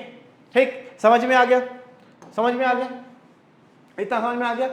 तो जब भी किसी को साइंटिफिक नेम दिया जाता है तो जो वर्ड लिए जाते हैं वो लिए जाते हैं लैटिन लैंग्वेज से, और जो लिखने का स्टाइल होता है वो इटैलिक्स में होता है, ठीक है। नेम के 2 पार्ट होते हैं, पहला होता है जिसको बोलते हैं जेनरिक नेम, और दूसरा इसको बोलते हैं स्पेसिफिक एपिथेट या स्पीसीज बोलते हैं, ठीक है। जब हम हाथ से लिखते हैं तो जेनरिक नेम को और स्पीसीज को अलग अलग अंडरलाइन करते हैं, जब बुक में छप के आता है तो वो इटैलिक्स में लिखा हुआ आता है, ठीक है। समझ में आ गया। और कभी कभी उसके नाम के आगे जिसने उसको डिस्कवर किया है उस साइंटिस्ट का नाम भी लिखना पड़ता है, ठीक है। समझ में आ गया। अब आ जाते हैं आगे। बढ़ते हैं आगे। अब क्या है बेसिक प्रोसेस ऑफ टैक्सोनॉमी, है ना। टैक्सोनॉमी का प्रोसेस क्या है, मान लीजिए कोई नई स्पीसीज या नए ऑर्गेनिजम्स को ढूंढा गया, है ना, नए ऑर्गेनिज्म की डिस्कवरी हुई, तो अब उसको क्या करना है, उसको एक साइंटिफिक नेम देना है। साइंटिफिक नेम को देने से पहले क्या क्या प्रोसेस होता है वो देख लेते हैं। सबसे पहले कैरेक्टराइजेशन, है ना, वो जो ऑर्गेनिज्म ढूंढा गया है उसके अंदर कौन कौन से कैरेक्टर्स है, पहले उसके कैरेक्टर्स को स्टडी होगी, कैरेक्टर्स को आइडेंटिफाई किया जाएगा, है ना। तो understanding of characters of organisms such as external and internal structure of cells, development process, ecological information, ये सारी चीज़ें, इन सारी चीज़ों की स्टडी होती है, रिसर्च होता है, उन सारी चीज़ों का पता लगाया जाता है, उसके कैरेक्टर्स के पता लगाया जाता है, इंटरनल हो या एक्सटर्नल हो, अपीयरेंस हो, उसके सेल का स्ट्रक्चर हो, ये सारी चीज़ें स्टडी की जाती है, ठीक है। उसके बाद आता है आइडेंटिफिकेशन। आइडेंटिफिकेशन क्या है, finding of correct name and place of organism in system of classification. जो कैटेगरी बनी हुई है क्लासिफिकेशन के लिए, जो सिस्टम बना हुआ है, उसमें इस कैरेक्टर वाले ऑर्गेनिज्म को कहाँ पर रखेंगे, है ना, किस कैटेगरी में रख सकते हैं, तो उसमें ये आइडेंटिफिकेशन में वो आइडेंटिफाई किया जाता है कि इसके कैरेक्टर किस ऑर्गेनिजम्स के, किस कैटेगरी के कैरेक्टर से मैच कर रहे हैं, ताकि उस कैटेगरी में उसको रखा जा सके, ठीक है। तो कैरेक्टराइजेशन हो गया, दूसरा आइडेंटिफिकेशन, ठीक है। आइडेंटिफिकेशन में उसको आइडेंटिफाई किया जाता है, उसको नेम दिया जाता है एक, और उसको कौन सी कैटेगरी में रखना है प्रॉपर्टी के बेस पे वो डिसाइड किया जाता है, ठीक है। आगे क्लासिफिकेशन, ठीक है, वो उसी के अगला, ठीक है। आइडेंटिफिकेशन के आगे की चीज जो मैंने बताई, it is A grouping of organism into convenient categories, ठीक है। कैटेगरीज को टैक्सा भी बोलते हैं, कैटेगरीज को टैक्सा भी बोलते हैं। तो ये क्या है, ये साइंटिफिक टर्म है, ये भी याद रखिएगा, ठीक। तो आइडेंटिफिकेशन हो गया, मैच कर लिया, ठीक है, क्या कर लिया, सारे कैरेक्टर्स को मैच कर लिया, उसको एक प्रॉपर नाम दे दिया गया। अब क्या होगा, उसका क्लासिफिकेशन होगा, मतलब किस कैटेगरी में किस कैटेगरी से उसके कैरेक्टर मैच हो रहे हैं, उस कैटेगरी में उसको रख दिया जाएगा। और नॉमेनक्लेचर में उसको एक क्या किया जाता है, साइंटिफिक नेम प्रोवाइड कर दिया जाता है। It is the standardization of names of organism such as that an organism is known by the same name all over the world. तो जो साइंटिफिक नेम होता है वो उसी नेम से पूरे वर्ल्ड में कहीं भी उसी नेम से जाना जाता है। समझ में आ गया। तो चार चीजें हैं, क्या है, characterization, identification, classification and nomenclature, ठीक है। समझ में आ गया। चलिए आगे बढ़ते। तो ये है टैक्सोनॉमिक कैटेगरीज, है ना। टैक्सोनॉमिक किसी भी लिविंग ऑर्गेनिज्म को क्या है, कैटेगरी में डिवाइड करना, उसको क्लासिफाई करना। क्लासिफाई किसी चीज को क्यों करते हैं, थोड़ा इसको समझ लेते हैं, है ना। क्लासिफिकेशन की जरूरत क्यों होती है, ठीक। जैसे मान लीजिए आपको किसी एक पर्टिकुलर राइटर की बुक लेनी, ठीक है, तो आप कहाँ जाएंगे, सबसे पहले घर से निकलेंगे, आप मार्केट में जाएंगे, ठीक है। तो बुक लेने के लिए मार्केट में गए आप, तो मार्केट में आप कौन सी शॉप में जाएंगे, जो लाइब्रेरी होगी उसके अंदर जाएंगे, है ना। लाइब्रेरी के अंदर जाएंगे, ऐसा तो नहीं है कि आप ग्रोसरी की दुकान पे चले गए वहां पर, क्यों, क्योंकि आपको पता है ग्रोसरी जैसे ही आप बोलते हो तो आपके दिमाग में वो सारी प्रॉपर्टीज आती है। ग्रोसरी में वहाँ चावल मिलता है, गेहूँ मिलता है, साबुन मिलता है, तेल मिलता है, ये सारी चीज़ें आपके दिमाग में आ जाएंगी, है ना। क्योंकि ग्रोसरी जो कैटेगरी बनी है वो इसी प्रॉपर्टीज़ को ध्यान में रखते हुए बनी है और सबको पता है, ठीक है। फिर आप क्या करोगे, आप जाओगे लाइब्रेरी में, क्योंकि आपको लेनी है बुक, ठीक है। लाइब्रेरी में भी जाते ही आप, ऐसा तो नहीं है जाते ही आपको बुक मिल जाएगी, है ना। तो वहां पर क्या होता है, वहां पर हर जो बुक्स हैं वो हर जितने भी पॉपुलर राइटर्स हैं उनके अकॉर्डिंग सीरियल वाइज में सारे राइटर्स के नेम्स के अकॉर्डिंग सारी बुक्स लगी होती हैं, है ना। सेक्शन बने होते हैं यहाँ पर, इस राइटर की, तो सबसे पहले आपको जिस राइटर की बुक लेनी है उस राइटर के सेक्शन में जाओगे, वहां पर बुक को आराम से आप ढूंढ सकते हो, है ना। ऐसा तो नहीं है आप लाइब्रेरी में घुस गए, वहां पर मतलब लाखों बुक्स पड़ी हुई हैं और वहां से आपको एक बुक ढूंढनी है तो ढूंढ पाओगे, नहीं ढूंढ पाओगे, है ना। सबसे पहले आप उसको क्या करोगे कि किस राइटर की चाहिए उस राइटर के सेक्शन में जाओगे, किस कैटेगरी की बुक चाहिए, है ना, और बायोग्राफी चाहिए या मिस्ट्री चाहिए या कोई साइंस फिक्शन चाहिए, उस कैटेगरी में जाओगे तो वहाँ से आप इजीली बुक को खरीद सकते हो और आसानी से आपको मिल जाएगी ना। तो इसी जो कन्वीनियंस वहाँ पर आपको मिला, जो आसानी से बुक वहाँ पर आप खरीद पाए, तो इसीलिए यहाँ पर भी ऑर्गेनिजम्स को उनके प्रॉपर्टी के बेस पे डिफरेंट कैटेगरीज में रखा जाता है, ताकि आप जो चीज़ ढूंढ रहे हो, जिसकी स्टडी करनी है, डायरेक्ट आप वहाँ तक पहुँच पाओ। ठीक है, और जितने भी, ऐसा तो नहीं है, अब देखिए अभी हमने स्टार्टिंग में क्या बात की, 1.7 लगभग 1.8 मिलियन स्पीसीज हैं, तो 1.8 मिलियन स्पीसीज को स्टडी कर पाना एक एक करके, तो ये तो मतलब नामुमकिन है, हो ही नहीं सकता। पॉसिबल है क्या? नहीं है। तो क्या किया जाता है, इस 1.8 मिलियन स्पीसीज को, सेम कैरेक्टर वाली स्पीसीज को कैटेगराइज कर दिया जाता है, एक एक कैटेगरी में डाल दिया जाता है। ठीक है, तो वो नंबर ऑफ जो ऑर्गेनिज्म वहां पर स्पीसीज था वो घट गया, प्रॉपर्टीज के बेस पे, कैरेक्टर के बेस पे हमने डिवाइड कर दिया, कैटेगराइज कर दिया, है ना। एक एक ग्रुप में हमने लगभग 100,000 स्पीसीज को रख दिया। तो अगर हम उस ग्रुप के एक ऑर्गेनिज्म, एक स्पीसीज की स्टडी कर लेते हैं, तो मतलब उसमें जितने भी स्पीसीज रखे हुए हैं उन सब स्पीसीज के कैरेक्टर क्या होंगे, सेम होंगे। मतलब हमने सारे हजारों स्पीसीज जो उस कैटेगरी में रखी गई हैं, है ना, उन सब की स्टडी कर ली एक साथ। ठीक है, तो यही जो फायदा मिलता है और यही हेल्प मिलती है, जिसकी वजह से क्या किया जाता है, ये कैटेगराइजेशन किया जाता है, क्लासिफिकेशन किया जाता है।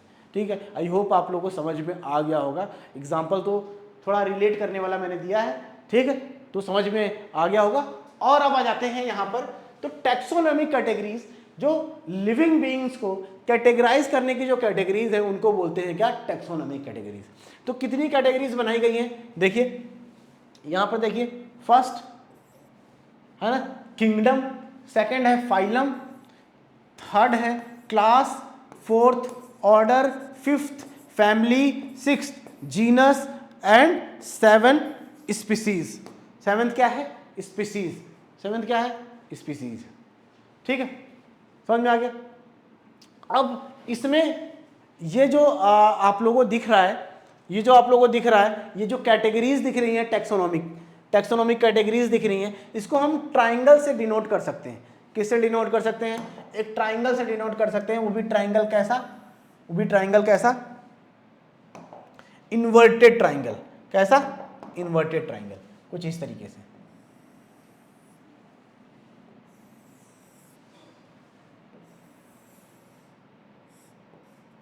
ठीक है, सबसे नीचे वाली कैटेगरी में आ जाएगा क्या, स्पेसीज। ठीक है, कितने हैं एक बार काउंट करके पहले मैं बना लेता हूँ। ठीक है, 7 कैटेगरीज हैं, 7 कैटेगरीज, 1 2 3 4 5 7। ठीक है, तो पहली जो है, पहली कैटेगरी है ये क्या है, ये स्पीसीज है। दूसरी ये है जीनस, तीसरी है फैमिली,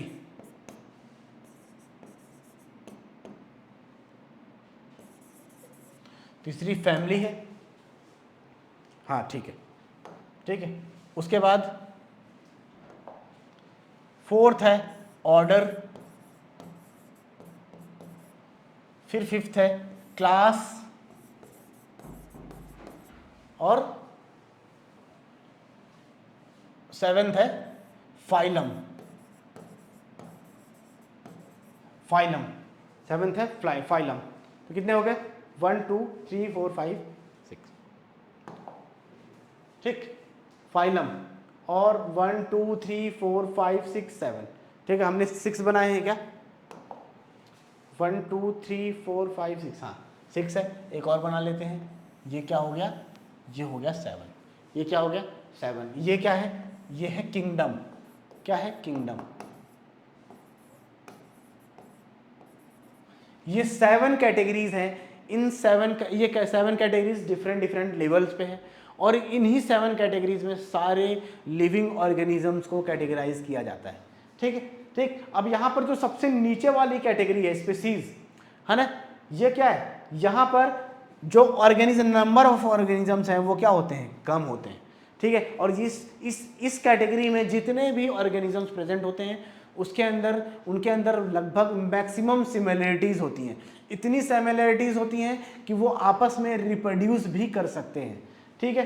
तो जैसे जैसे हम कैटेगरी में ऊपर बढ़ते जाते हैं, ठीक है, ऊपर बढ़ते जाते हैं, तो जो सिमिलरिटीज हैं वो क्या करती हैं, डिक्रीज करती जाती हैं,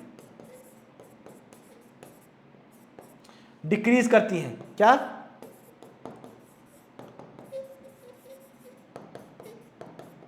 जो सिमिलरिटीज हैं वो डिक्रीज करती जाती हैं जब कैटेगरी में हम ऊपर जाते हैं, ठीक है। और जितनी ऊपर जाएंगे उसमें पाए जाने वाले ऑर्गेनिजम्स के बीच में सिमिलरिटीज उतनी ही कम होंगी, उतनी ही कम होंगी। तो समझ में आ गया आप लोगों को? समझ में आ गया, ठीक है। तो organisms are classified in a definite sequence of taxonomic, definite sequence of taxonomic categories, taxonomic categories, definite sequence of taxonomic categories, ठीक है। Each categories is considered the unit of classification and termed as taxon. तो ये taxonomic categories में divide किया गया है ना, ये इस सीक्वेंस में। और सारे कैटेगरीज को क्या बोलते हैं हम, एक कैटेगरीज को क्या बोलते हैं, टैक्सॉन बोल सकते हैं, टैक्सॉन बोल सकते हैं, ये सिंगुलर वर्ड है, ठीक है। या फिर टैक्सा भी बोलते हैं, ये क्या है, ये प्लूरल वर्ड है, ठीक है, प्लूरल है। तो यहां पर each category is considered the unit of classification. तो जितनी भी कैटेगरीज हैं इन सबको क्लासिफिकेशन की यूनिट समझा जाता है, यूनिट माना जाता है, ठीक है। There are total of 7 taxonomic categories considered while classifying an organisms, ठीक है। जब हम किसी ऑर्गेनिज्म को क्लासीफाई करते हैं तो ये 7 कैटेगरीज हैं जिनको कंसीडर करते हैं क्लासिफिकेशन के लिए।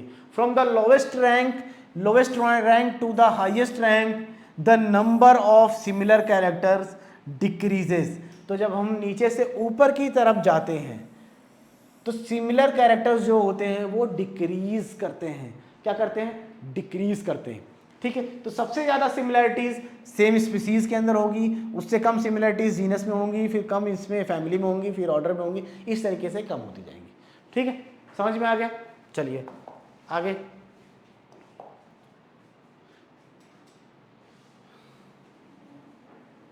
ठीक है, ठीक। तो यहां पर एक एग्जांपल दिया हुआ है, जैसे किंगडम, ठीक।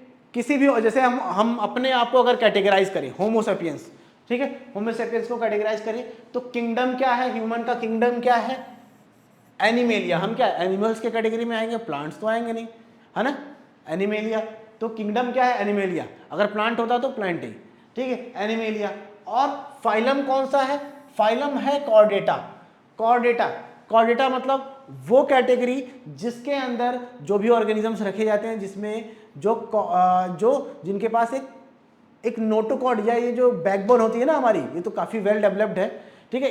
ये जो बैकबोन है या वर्टिब्रल कॉलम है ये प्रेजेंट होती है जिन ऑर्गेनिजम्स में, उसको कॉर्डेटा में रखा जाता है, ठीक है, ठीक। अब उसके बाद आता है क्लास कौन सी क्लास है, मैमेलिया क्लास, मतलब जो ऐसे ऑर्गेनिजम्स जिनकी बॉडी पे हेयर आते हैं, जिनके अंदर मेमरी ग्लैंड्स होती हैं, क्या होती है, मेमरी ग्लैंड्स, जो अपने बच्चों को दूध पिलाते हैं, ठीक है। तो वो सारे एनिमल्स किसमें रखे जाते हैं, किसमें, मैमेलिया में। ये क्या हो गई, क्लास हो गई। और फिर इसका ऑर्डर आ जाता है प्राइमेटा भी जो ये मंकी है, ह्यूमन है और चिंपैंजी, ये सारी चीज़ें, इन सबको प्राइमेटा में रखा गया है, ठीक है। ये क्या है, ये इसके ऑर्डर है। फैमिली कौन सी आ जाएगी, होमिनिडी, फैमिली कौन सी आ जाएगी, होमिनिडी। और उसके बाद जीनस आ जाएगा क्या, होमो, और स्पीसीज आ जाएगी सेपियंस, ठीक है। तो इस तरीके से कैरेक्टर के बेस पे हम अपने आप को कैसे हमने कैटेगराइज किया 7 कैटेगरीज में, ठीक है। इसमें देखिए स्पीसीज कौन सी है, सेपियंस है, जीनस कौन सा है, होमो है ना, फैमिली कौन सी है, होमिनिडे, ऑर्डर कौन सा है, प्राइमेटा, क्लास कौन सा है, मैमेलिया, और फाइलम कौन सा है, कॉर्डेटा, किंगडम कौन सा है, एनिमेलिया, ठीक है। तो इस तरीके से हमने अपने आप को कैटेगराइज कर दिया, समझ में आ गया, समझ में आ गया। अब हमारे अंदर जो कैरेक्टर्स हैं उन कैरेक्टर के बेस पे ही ये जो बनाए हुए हैं, ये क्लास, ऑर्डर, फैमिली, जीनस, ये सारी चीजें कैरेक्टर के बेस पे ही बनाए गए हैं, है ना। इसका कैरेक्टर क्या है, इस कैटेगरी का ये जो टैक्सा है, ये जो टैक्सा है इसका कैरेक्टर क्या है ना, इसका कैरेक्टर क्या है, उसमें बैकबोन होनी चाहिए, बैकबोन। ये तो बहुत एडवांस हो गया, सिंपलर में नोटोकॉर्ड बोलते हैं, नोटोकॉर्ड होना चाहिए, है ना। पीछे एक हड्डी होनी चाहिए लंबी सी, जो उसकी बॉडी को क्या करता है, एक शेप प्रोवाइड करता है, ठीक है। तो इस तरीके से हर एक कैटेगरी की एक कैरेक्टर होता है, उस कैरेक्टर के बेस पे उनमें क्या करते हैं, ऑर्गेनिजम्स को रखा जाता है, ठीक है। समझ में आ गया, आगे बढ़े। चलिए अब स्पीसीज के बारे में थोड़ा पढ़ लेते हैं। स्पीसीज क्या होता है, स्पीसीज क्या होता है, जो सबसे जो नीचे वाली कैटेगरी है स्पीसीज। स्पीसीज में मैंने आपको बताया सबसे ज्यादा सिमिलर कैरेक्टर स्पीसीज में ही होते हैं। जैसे हमारी कौन सी स्पीसीज है, होमो सेपियंस, सेपियंस स्पीसीज के हैं, तो जितने भी ह्यूमंस हैं सबके सेम स्पीसीज के हैं सेपियंस, और सब में मैक्सिमम कैरेक्टर्स जो हैं सिमिलर होते हैं, ठीक है, मैक्सिमम कैरेक्टर सिमिलर होते हैं। और स्पीसीज की एक खास बात और होती है, जो सेम स्पीसीज के ऑर्गेनिजम्स होते हैं वो आपस में रिप्रोड्यूस कर सकते हैं, है ना, वो आपस में क्या कर सकते हैं, रिप्रोड्यूस कर सकते हैं, ठीक है। तो it is a group of closely related organisms capable of interbreeding to produce fertile offspring, ठीक है। ऐसे ऑर्गेनिजम्स, ठीक है, जिनके जो कैरेक्टर्स हैं वो काफ़ी सिमिलर्स हैं, बहुत ज़्यादा सिमिलर्स हैं, और प्लस वो आपस में रिप्रोड्यूस कर सकते हैं, और जो वो जो यंग वन प्रोड्यूस होगा वो भी कैसा होगा, फर्टाइल होगा, वो भी बड़े होके या मैच्योर होके वो भी रिप्रोड्यूस कर सकता है, ठीक है। तो ये इसकी डेफिनेशन है, it is a group of closely related organisms capable of interbreeding to produce fertile offspring, ठीक है। फर्टाइल ऑफस्प्रिंग, फर्टाइल किस लिए बोला गया, स्टार्टिंग में मैंने एग्जांपल दिया था ना, घोड़ा और गधे के बीच में जब ब्रीड कराया जाता है तो उससे जो ऑफस्प्रिंग आता है, जो वो क्या होता है, वो म्यूल, खच्चर पैदा होता है। तो खच्चर क्या होता है, खच्चर फर्टाइल नहीं है, क्योंकि घोड़ा और जो गधा है वो सेम स्पीसीज नहीं है, डिफरेंट स्पीसीज को क्या किया गया है, ब्रीड किया गया है, इंटरब्रीड किया गया है, तो इसीलिए उससे जो ऑफस्प्रिंग बना वो फर्टाइल नहीं है। लेकिन जब सिमिलर स्पीसीज के लोग आपस में ब्रीड करते हैं तो वहाँ पर जो ऑफस्प्रिंग बनता है वो कैसा बनता है, फर्टाइल बनता है, वो भी मैच्योर होके क्या कर सकता है, रिप्रोड्यूस कर सकता है, क्या कर सकता है, रिप्रोड्यूस कर सकता है,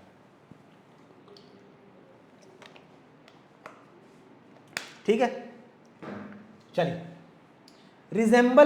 resemble each other in all morphological characteristics, it is the lowest categories.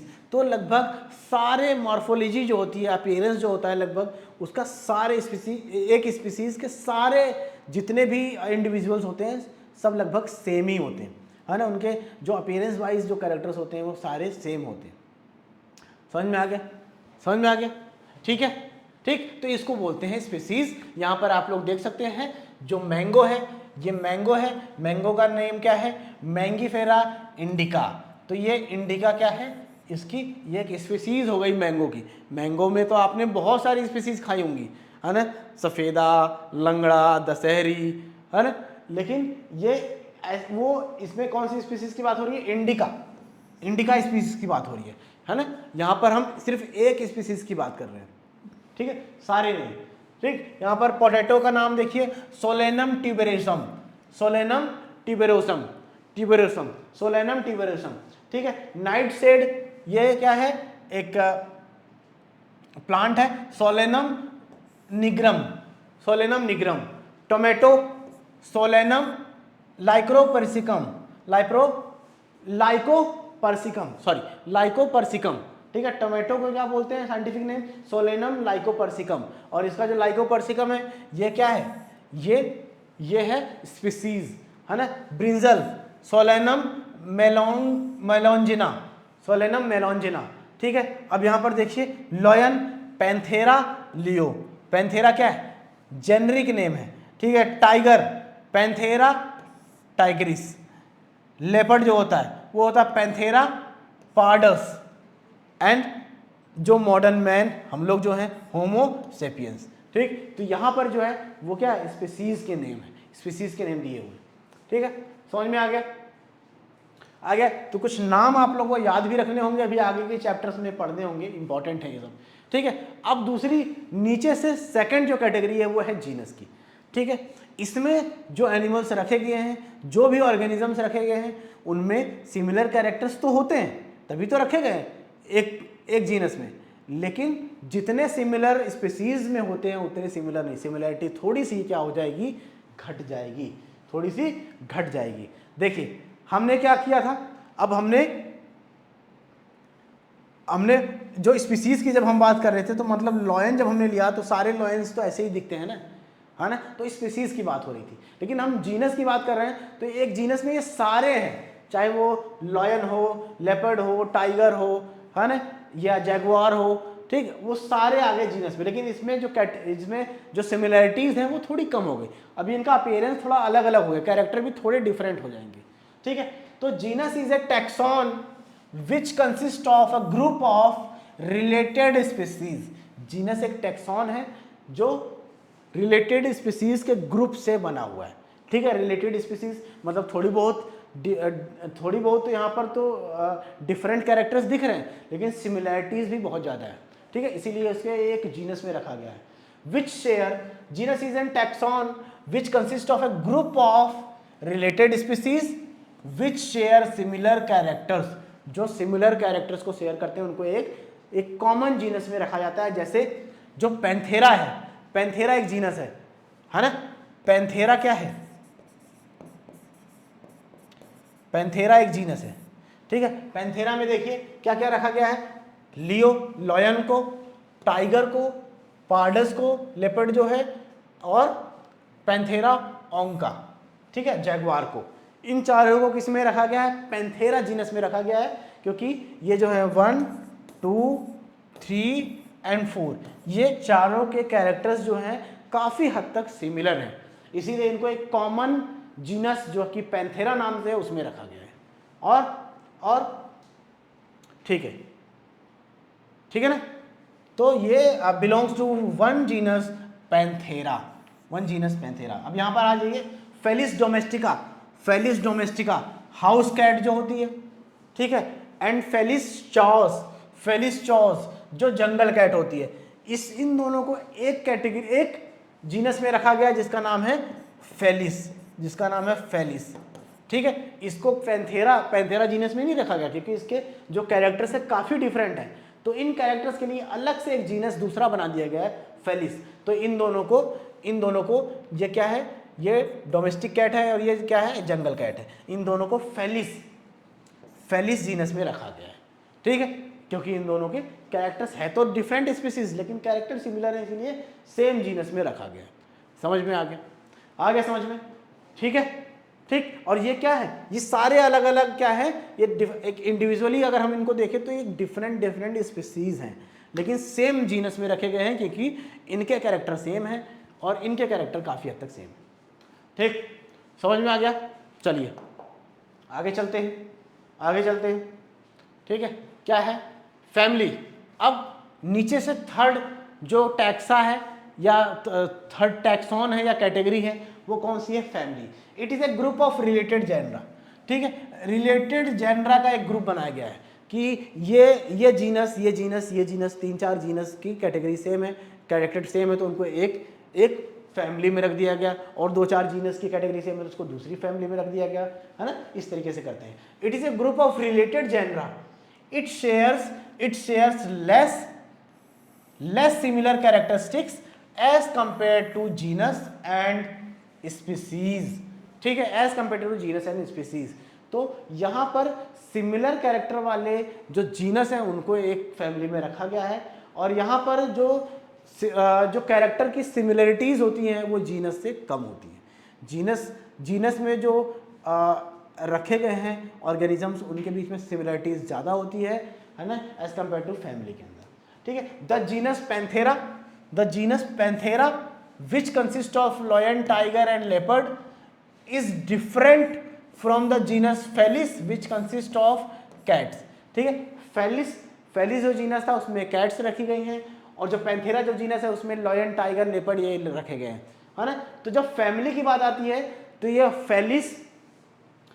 Felis genus और पैंथेरा जीनस इन दोनों को सेम फैमिली में रखा गया है।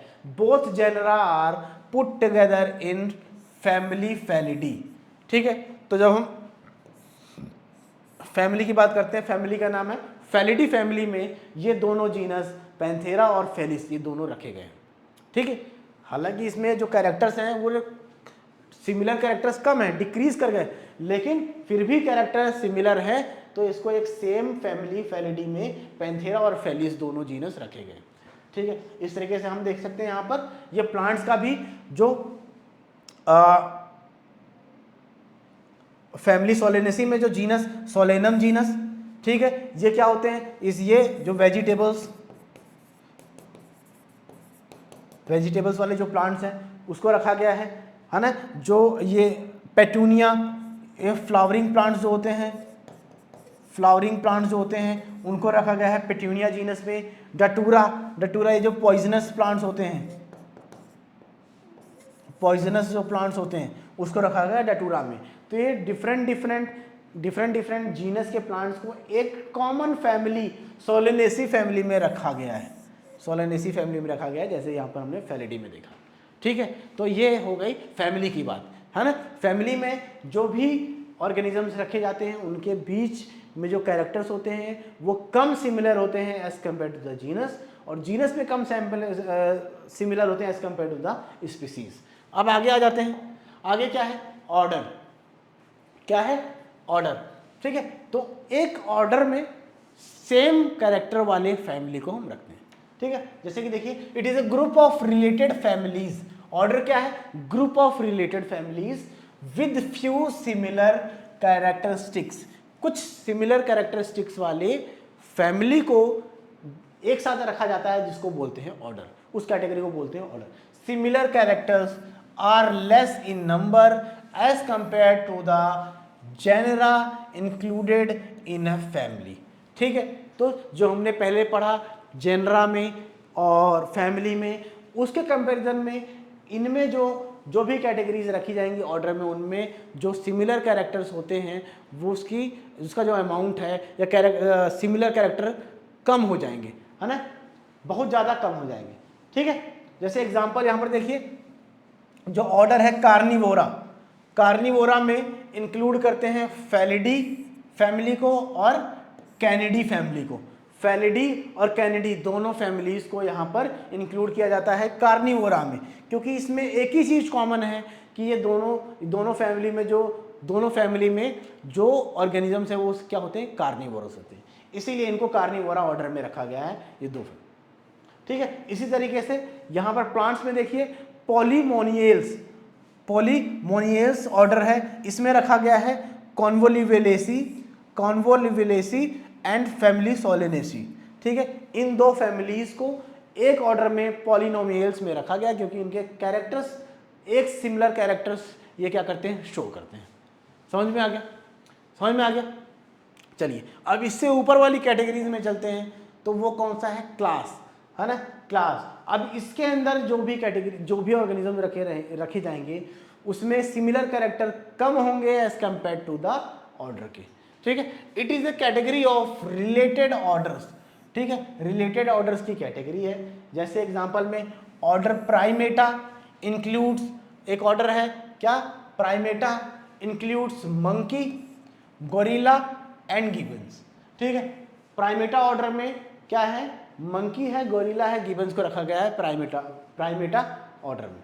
ठीक है, उसके बाद कार्निवोरा में हमने रखा था, हमने पीछे भी पढ़ा था, क्या रखते हैं एनिमल्स जैसे कि कैट, डॉग, लॉयन, ये सब क्या है, कार्निवोरा में रखे गए हैं। ठीक है, are placed under the class Mammalia. तो ये जो ऑर्डर प्राइमेटा है ये और ऑर्डर कार्निवोरा, ये इन दोनों को एक क्लास में रखा गया है मैमेलिया। मैमेलिया में क्यों रखा गया है, क्योंकि ये इनमें मैमरी ग्लैंड होती हैं, या अपने बच्चों को दूध पिलाते हैं, इनकी जो क्या फीमेल्स होती हैं। ठीक है, इसीलिए इसको सेम क्लास में रखा गया है। कौन सी क्लास, मैमेलिया। कौन कौन? ऑर्डर प्राइमेटा, जिसमें क्या क्या है? मंकी है, गोरिल्ला है, गिबन्स है, और ऑर्डर कार्निवोरा जो भी हमने पढ़ा, क्या क्या पढ़ा हमने? जो पैंथेरा और फेलिडी। ठीक, समझ में आ गया? ठीक है। इसी तरीके से क्लास डाइकोटिलिडनी, इसमें कौन कौन सा ऑर्डर रखा गया है? Polemoniales and Sapindales, Polemoniales and Sapindales. ठीक है, दो ऑर्डर को क्लास डाइकोटिलिडनी में रखा गया है। ठीक है, ठीक, जिस तरीके से हम यहाँ पर समझ रहे हैं कैरेक्टर्स कैसे कॉमन है, ऐसे ही सेम प्लांट्स में भी है। ठीक है, समझ में आ गया? अब आगे आते हैं फाइलम। इससे ऊपर जो क्या है? 6th है, वो क्या है? फाइलम। फाइलम जब हम एनिमल्स की बात करते हैं, तो फाइलम यूज करते हैं। किसके लिए? एनिमल्स के लिए फाइलम यूज करते हैं। और जब हम प्लांट्स की बात करते हैं तो फाइलम की जगह हम यूज करते हैं क्या? डिवीजन। प्लांट्स में हम फाइलम की जगह डिवीजन यूज करते हैं। ठीक है, समझ में आ गया? ठीक है, phylum is used in animals and include different classes sharing very few common features. ठीक है, तो फाइलम जो है एनिमल्स के लिए यूज करते हैं, और इसमें एक फाइलम में डिफरेंट क्लासेस को रखा जाता है जो थोड़े बहुत कैरेक्टर्स सिमिलरली शो करते हैं। ठीक है, सिमिलर कैरेक्टर्स को शो करते हैं। जैसे यहाँ पर एग्जांपल देखिए, क्लास सच एज मैमेलिया। ठीक है, मैमेलिया क्लास में क्या है? Aves, amphibians, Mammalia, Aves, Amphibia, ये सब क्या है? क्लास हैं। Reptilia and Pisces are grouped under phylum Chordata. ठीक है, फाइलम कॉर्डेटा। तो mammals, Mammalia, Aves, amphibians and Reptilia या पाइसेस, जो फिशेस बोला जाता है, इन पांचों क्लासेस को किस में रखा गया है? सेम फाइलम में रखा गया है, कॉर्डेटा में। सेम फाइलम में रखा गया है, कहां पर? कॉर्डेटा में। कॉर्डेटा में वो, और इसमें क्या सिमिलर कैरेक्टर है फाइलम? इस फाइलम में, कॉर्डेटा में क्या सिमिलर है? मैंने बताया था, इनमें एक बैकबोन होती है, एक बैकबोन जैसा स्ट्रक्चर होता है ना? तो इसीलिए इनको सेम फाइलम में रखा गया है। ठीक है, किसको? मैमेलिया को, एप्स को, रेप्टिलिया को, या एम्फीबियंस को, पाइसेस को, इन सबको। ठीक, और इसी तरीके से हम देख सकते हैं प्लांट्स में एंजियोस्पर्मी में क्लास डाइकोटिलिडन एंड मोनोकोटिलिडन को रखा गया है। एंजियोस्पर्मी में डाइकोटिलिडन एंड मोनोकोटिलिडन में रखा गया है। एंजियोस्पर्म जो है, एंजियोस्पर्मी जो डिवीजन है, इसका कैरेक्टर क्या है ना? इस प्लांट्स में फ्लावर्स बनते हैं। क्या बनते हैं? फ्लावर्स बनते हैं। तो यहाँ पर जो क्लास रखी गई है डाइकोटिलिडनी एंड मोनोकोटिलिडनी, ये क्यों रखा गया है? क्योंकि इन प्लांट्स में फ्लावर्स बनते हैं, इसीलिए दोनों क्लासेस को सेम डिवीजन में रखा गया है एंजियोस्पर्म में। और ये सारे जो क्लास हैं, एम्फीबिया, रेप्टिलिया, एव्स, मैमेलिया और पाइसेस, इनको सेम फाइलम में रखा गया है, कॉर्डेटा। क्यों? क्योंकि इनके पास एक सेम कैरेक्टर क्या है कि इनके बैकबोन पाई जाती है। क्या पाई जाती है? बैकबोन पाई जाती है। समझ में आ गया? और सबसे प्राइम पे, सबसे एपेक्स पे ऊपर होता है क्या? किंगडम। और किंगडम की दो ही कैटेगरी होती है, या तो किंगडम एनिमेलिया या तो किंगडम प्लांटे। ठीक है, किंगडम एनिमेलिया या kingdom Plantae. It is the highest hierarchy with the related phyla और division. Kingdom Animalia consist of all kind of animals and kingdom plantae consist of all kinds of plants। ठीक है, ठीक। अब इसमें आ जाते हैं kingdom Plantae में। Plant के अंदर जो है एंजियोस्पर्म में डिवीजन रखा गया है, और डिवीजन जिम्नोस्पर्म, जिसके अंदर फ्लावर बनते हैं और जिसके अंदर फ्लावर नहीं बनते। ठीक है, और ठीक है, यहाँ पर किंगडम एनिमेलिया में देखिए कॉर्डेटा, जिसके पास क्या होती हैं, कौन सा फाइलम रखा गया है? एनिमेलिया में कॉर्डेटा है, आर्थ्रोपोडा है। आर्थ्रोपोडा में जितने भी इंसेक्ट वगैरह हैं वो रखे गए हैं। कॉर्डेटा में जिसके पास बैकबोन होती है, उन एनिमल्स को रखा गया है। ठीक है, तो इस तरीके से ये 7 जितने भी कैटेगरीज थी, या 7 टैक्सा जो थे, वो हमने डिस्कस कर लिए किस तरीके से कैसे रखा गया है। ठीक है, समझ में आ गया? आ जाते हैं। एक देखिए यहाँ पर देख लीजिए, एक एग्जाम्पल बहुत अच्छा दिया गया है किंगडम एनिमेलिया में। देखिए यहाँ पर इंसेक्ट भी आ जा रहे हैं, बर्ड्स भी आ जा रहे हैं, ह्यूमन भी आ जा रहे हैं, डॉग भी आ जा रहा है, कैट है और यहाँ पर लॉयन है, टाइगर है, सब ये किंगडम एनिमेलिया में, क्योंकि ये एनिमल्स हैं। ठीक है, अब जैसे जैसे नीचे आ गए, ठीक है, यहाँ से नीचे आ गए फाइलम कॉर्डेटा।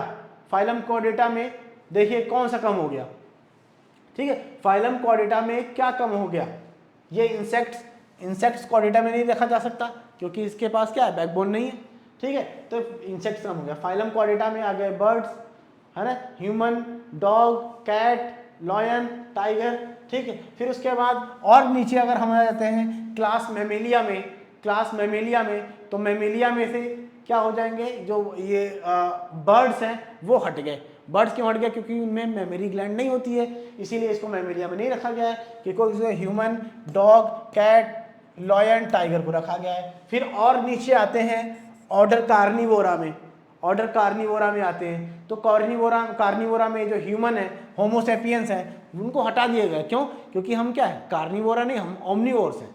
ठीक है, तो यहाँ पर सिर्फ और सिर्फ इसमें ऑर्डर कार्निवोरा में सारे कार्निवोर हैं, डॉग, कैट और ये लॉयन, टाइगर।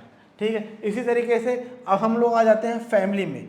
ठीक, यहाँ पर और नंबर ऑफ ऑर्गेनिजम्स धीरे धीरे सिमिलैरिटीज बढ़ती जाती हैं। जब हम नीचे आते हैं सिमिलैरिटीज बढ़ती जाती हैं, कैरेक्टर की सिमिलैरिटीज बढ़ती जाती हैं, नंबर ऑफ ऑर्गेनिजम्स कम होती जाती हैं। लेकिन जब हम ऊपर जाते हैं तो सिमिलैरिटीज डिक्रीज करती हैं ऑर्गेनिजम्स के बीच में, और नंबर्स जो हैं वो इंक्रीज करते हैं। ठीक है, नंबर्स जो है इंक्रीज करते हैं। और हम नीचे आ जाते हैं क्या, जीनस पैंथेरा में, तो यहाँ पर सिर्फ क्या है, लॉयन है और टाइगर है ना, कैट नहीं है। कैट क्योंकि पैंथेरा जीनस की तो है नहीं, वो फेलिडी है ना, फेलिस जीनस की है, इसीलिए इसको पैंथेरा में नहीं रखा गया। ठीक है, अब नीचे आ जाते हैं, से एक सिंगल स्पीसीज की बात हो रही है, स्पीसीज टाइग्रिस, तो टाइग्रिस में सिर्फ और सिर्फ टाइगर आएगा और कोई दूसरी स्पीसीज नहीं आएगी, दूसरे ऑर्गेनिजम्स नहीं आएंगे। ठीक है, अब जो टाइगर्स होंगे वो टाइग्रिस स्पीसीज में उन्हीं को रखा जाएगा। ठीक है, इस तरीके से कैटेगराइज किया जाता है ऑर्गेनिजम्स को। ठीक है, समझ में आ गया, आइडिया मिल गया होगा आप लोगों को, है ना। आगे आ जाते हैं यहाँ पर, ये आप लोगों के एनसीईआरटी के बुक में ये दिया हुआ है टेबल। क्या है ये, कॉमन नेम, बायोलॉजिकल नेम। ठीक है, कॉमन नेम जैसे मैन है, इसका बायोलॉजिकल नेम है क्या है, होमो सेपियंस, जीनस इसका होमो है ना, फैमिली इसकी होमिनिडे है, ऑर्डर प्राइमेटा है, क्लास मेमेलिया है और फाइलम वो है कॉर्डेटा। ठीक है, इसी तरीके से हाउस फ्लाई का साइंटिफिक नेम क्या है, मस्का डोमेस्टिका। क्या है, मस्का डोमेस्टिका। ठीक है, जीनस इसका मस्का है ना। फैमिली इसकी क्या है, मसिडे और ऑर्डर क्या है, डिप्टेरा, और क्लास क्या है, इंसेक्टा, और फाइलम कौन सा है, आर्थ्रोपोडा। ठीक है, आर्थ्रोपोडा। ठीक, अब यहाँ पर मैंगो आ गया, मैंगीफेरा इंडिका। ठीक है, जीनस क्या है, मैंगीफेरा, फैमिली क्या है,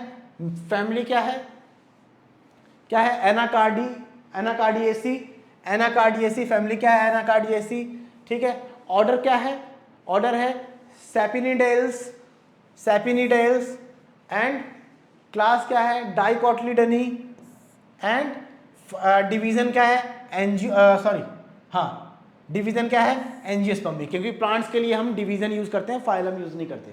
ठीक है, उसके बाद आता है वीट, ट्रिटिकम एस्टिवम, है ना, ट्रिटिकम एस्टिवम वीट हो गया, है ना, इसका जीनस क्या है, ट्रिटिकम, और फैमिली क्या है, पोएसी, और ऑर्डर क्या है, पोएल्स, और क्लास क्या है, मोनोकोटिलीडनी, एंड डिवीजन क्या है, एंजियोस्पर्मी। ठीक है, ठीक, तो ये कुछ साइंटिफिक नेम्स हैं, वो किस जीनस, फैमिली, ऑर्डर, क्लास या फाइलम डिवीजन से बिलोंग कर रहे हैं, वो सारी चीज़ यहाँ पर लिखी हुई हैं, है ना। इसको कोशिश करिए कि ये याद हो जाए। ठीक है, उसके बाद ये आ जाता है टैक्सोनॉमिकल एड्स। ये जो है ये सिलेबस से कट चुका है, छोटा सा सेक्शन है लास्ट का, थोड़ा मैं समझा दूंगा, इतने डिटेल में नहीं पढ़ाऊंगा। ठीक है, तो टैक्सोनॉमिकल एड्स, जब हम किसी किसी भी ऑर्गेनिज्म का नाम रखते हैं, उसको आइडेंटिफाई करते हैं, उसको क्लासीफाई करते हैं, कैटेगरी में उसको रखते हैं, ठीक है। तो उसमें कुछ चीज़ें यूजफुल होती हैं, जैसे कि क्या है, हर्बेरियम, बोटेनिकल गार्डन्स, तीसरा म्यूजियम, कुछ चीज़ें हेल्प करती हैं, और 4 जूलॉजिकल पार्क्स, एंड 5th की, है ना। ये 5 चीज़ें हैं जो टैक्सोनॉमिकल या टैक्सोनॉमी में हेल्प करती हैं। किसी भी चीज़ को, किसी भी लिविंग ऑर्गेनिज्म को जब हम कैटेगराइज करते हैं तो वहाँ पर ये क्या करती हैं, ये चीज़ें हेल्प करती हैं। क्या है, छोटी छोटी चीज़ें समझ लेते हैं। Taxonomical aids are resources help identify, classify and name organisms including plants and animals, ठीक है। तो ये ऑर्गेनिजम्स को आइडेंटिफाई करने में, क्लासीफाई करने में, नेम करने में, ये सारी चीज़ें, ये जो रिसोर्सेस हैं ये हेल्प करते हैं। अदर एड्स, इनके अलावा कुछ और भी है। For the identification of species are flora, manuals, है ना, मोनोग्राफ्स एंड कैटलॉग, ये सारी चीज़ें और हैं, लेकिन इस पर ध्यान देने की जरूरत नहीं है, इतना समझ जाओगे बहुत है, बहुत है। तो पहला आ गया हर्बेरियम। हर्बेरियम क्या है, हर्बेरियम एक तरीके का क्या होता है, इसमें हर्बेरियम शीट होती है, उस शीट पे प्लांट्स वगैरह को क्या करते हैं, ड्राई करके उस पर पेस्ट कर दिया जाता है, पेस्ट करके उस पर नाम वगैरह लिख के, कैरेक्टर लिख के उसको ऐसे रख दिया जाता है, ताकि उससे हम पढ़ के कैरेक्टर्स को स्टडी कर पाएँ, है ना, और दूसरे एनिमल्स, दूसरे स्पीसीज से उसको मैच कर पाएँ, उसके कैरेक्टर्स को। तो herbarium is a store house of collected plant specimens which are dried, जिनको प्लांट स्पेसिमेन जिनको ड्राई किया जाता है और प्रेस किया जाता है, preserve on herbarium sheet, herbarium sheet पे प्रेस करके प्रिजर्व किया जाता है, ठीक है। The herbarium sheets contain label with has the date and place of collection, ठीक है, किस डेट पे किस जगह पे कलेक्ट किया गया है, ठीक है। English, local and botanical names, उसका जो कॉमन नेम है, इंग्लिश नेम है, बोटेनिकल नेम है, वो सारी चीज़ें लिखी होती हैं, है ना, of the plant. Family and collector's name, किस फैमिली से बिलोंग कर रहा है वो प्लांट, वो लिखा होता है, और उसको किसने कलेक्ट किया है वो भी लिखा होता है उस हर्बेरियम शीट पे। It is used as a quick referral for taxonomic studies, taxonomic studies में इसको क्विक रेफरल की तरह यूज़ किया जाता है हर्बेरियम को, ठीक है। और आगे चलते हैं, ये क्या है, बोटेनिकल गार्डन। बोटेनिकल गार्डन में क्या है, these gardens have the collection of living plants for reference, ठीक है। इनमें क्या, बोटेनिकल गार्डन में लिविंग प्लांट्स को लगाया जाता है रेफरेंस के लिए। Each plant is labelled with its botanical और scientific name and the family, हर प्लांट के आसपास एक साइन बोर्ड लगा होता है जिसमें उसका बोटेनिकल नेम लिखा होता है, कॉमन नेम लिखा होता है, और किस फैमिली से बिलोंग कर रहा है वो भी लिखा होता है, ठीक है। Some of the famous botanical garden, कुछ फेमस बोटेनिकल गार्डन है, royal botanical garden Kew England में, ठीक है, इंडियन बोटेनिकल गार्डन कोलकाता में है, ठीक है, और है national botanical research institute Lucknow में, ठीक है, national botanical research institute Lucknow में है, यहाँ तो मैं गया भी हुआ हूँ, ठीक है। तो मैंने जो अपनी पढ़ाई, यूनिवर्सिटी की पढ़ाई लखनऊ यूनिवर्सिटी से की है, तो यहाँ पर हम लोग काफ़ी घूमने जाते थे, जो बोटेनिकल गार्डन है, जो रिसर्च सेंटर है, ठीक है। ठीक, आगे आ जाते हैं म्यूजियम। म्यूजियम में क्या होता है, museum have a collection of preserved, यहाँ पर एनिमल्स की बात होगी, एनिमल्स एंड प्लांट्स की बात होगी, प्लांट्स एंड एनिमल्स। तो म्यूजियम क्या होता है, यहाँ पर एनिमल्स और प्लांट्स को प्रिजर्व करके रखा जाता है, और these specimens are used for study and reference, और इन स्पेसिमेंस को स्टडी के लिए, रेफरेंस के लिए यूज़ किया जाता है, ठीक है। The specimens are preserved in a jars in the preservative solutions.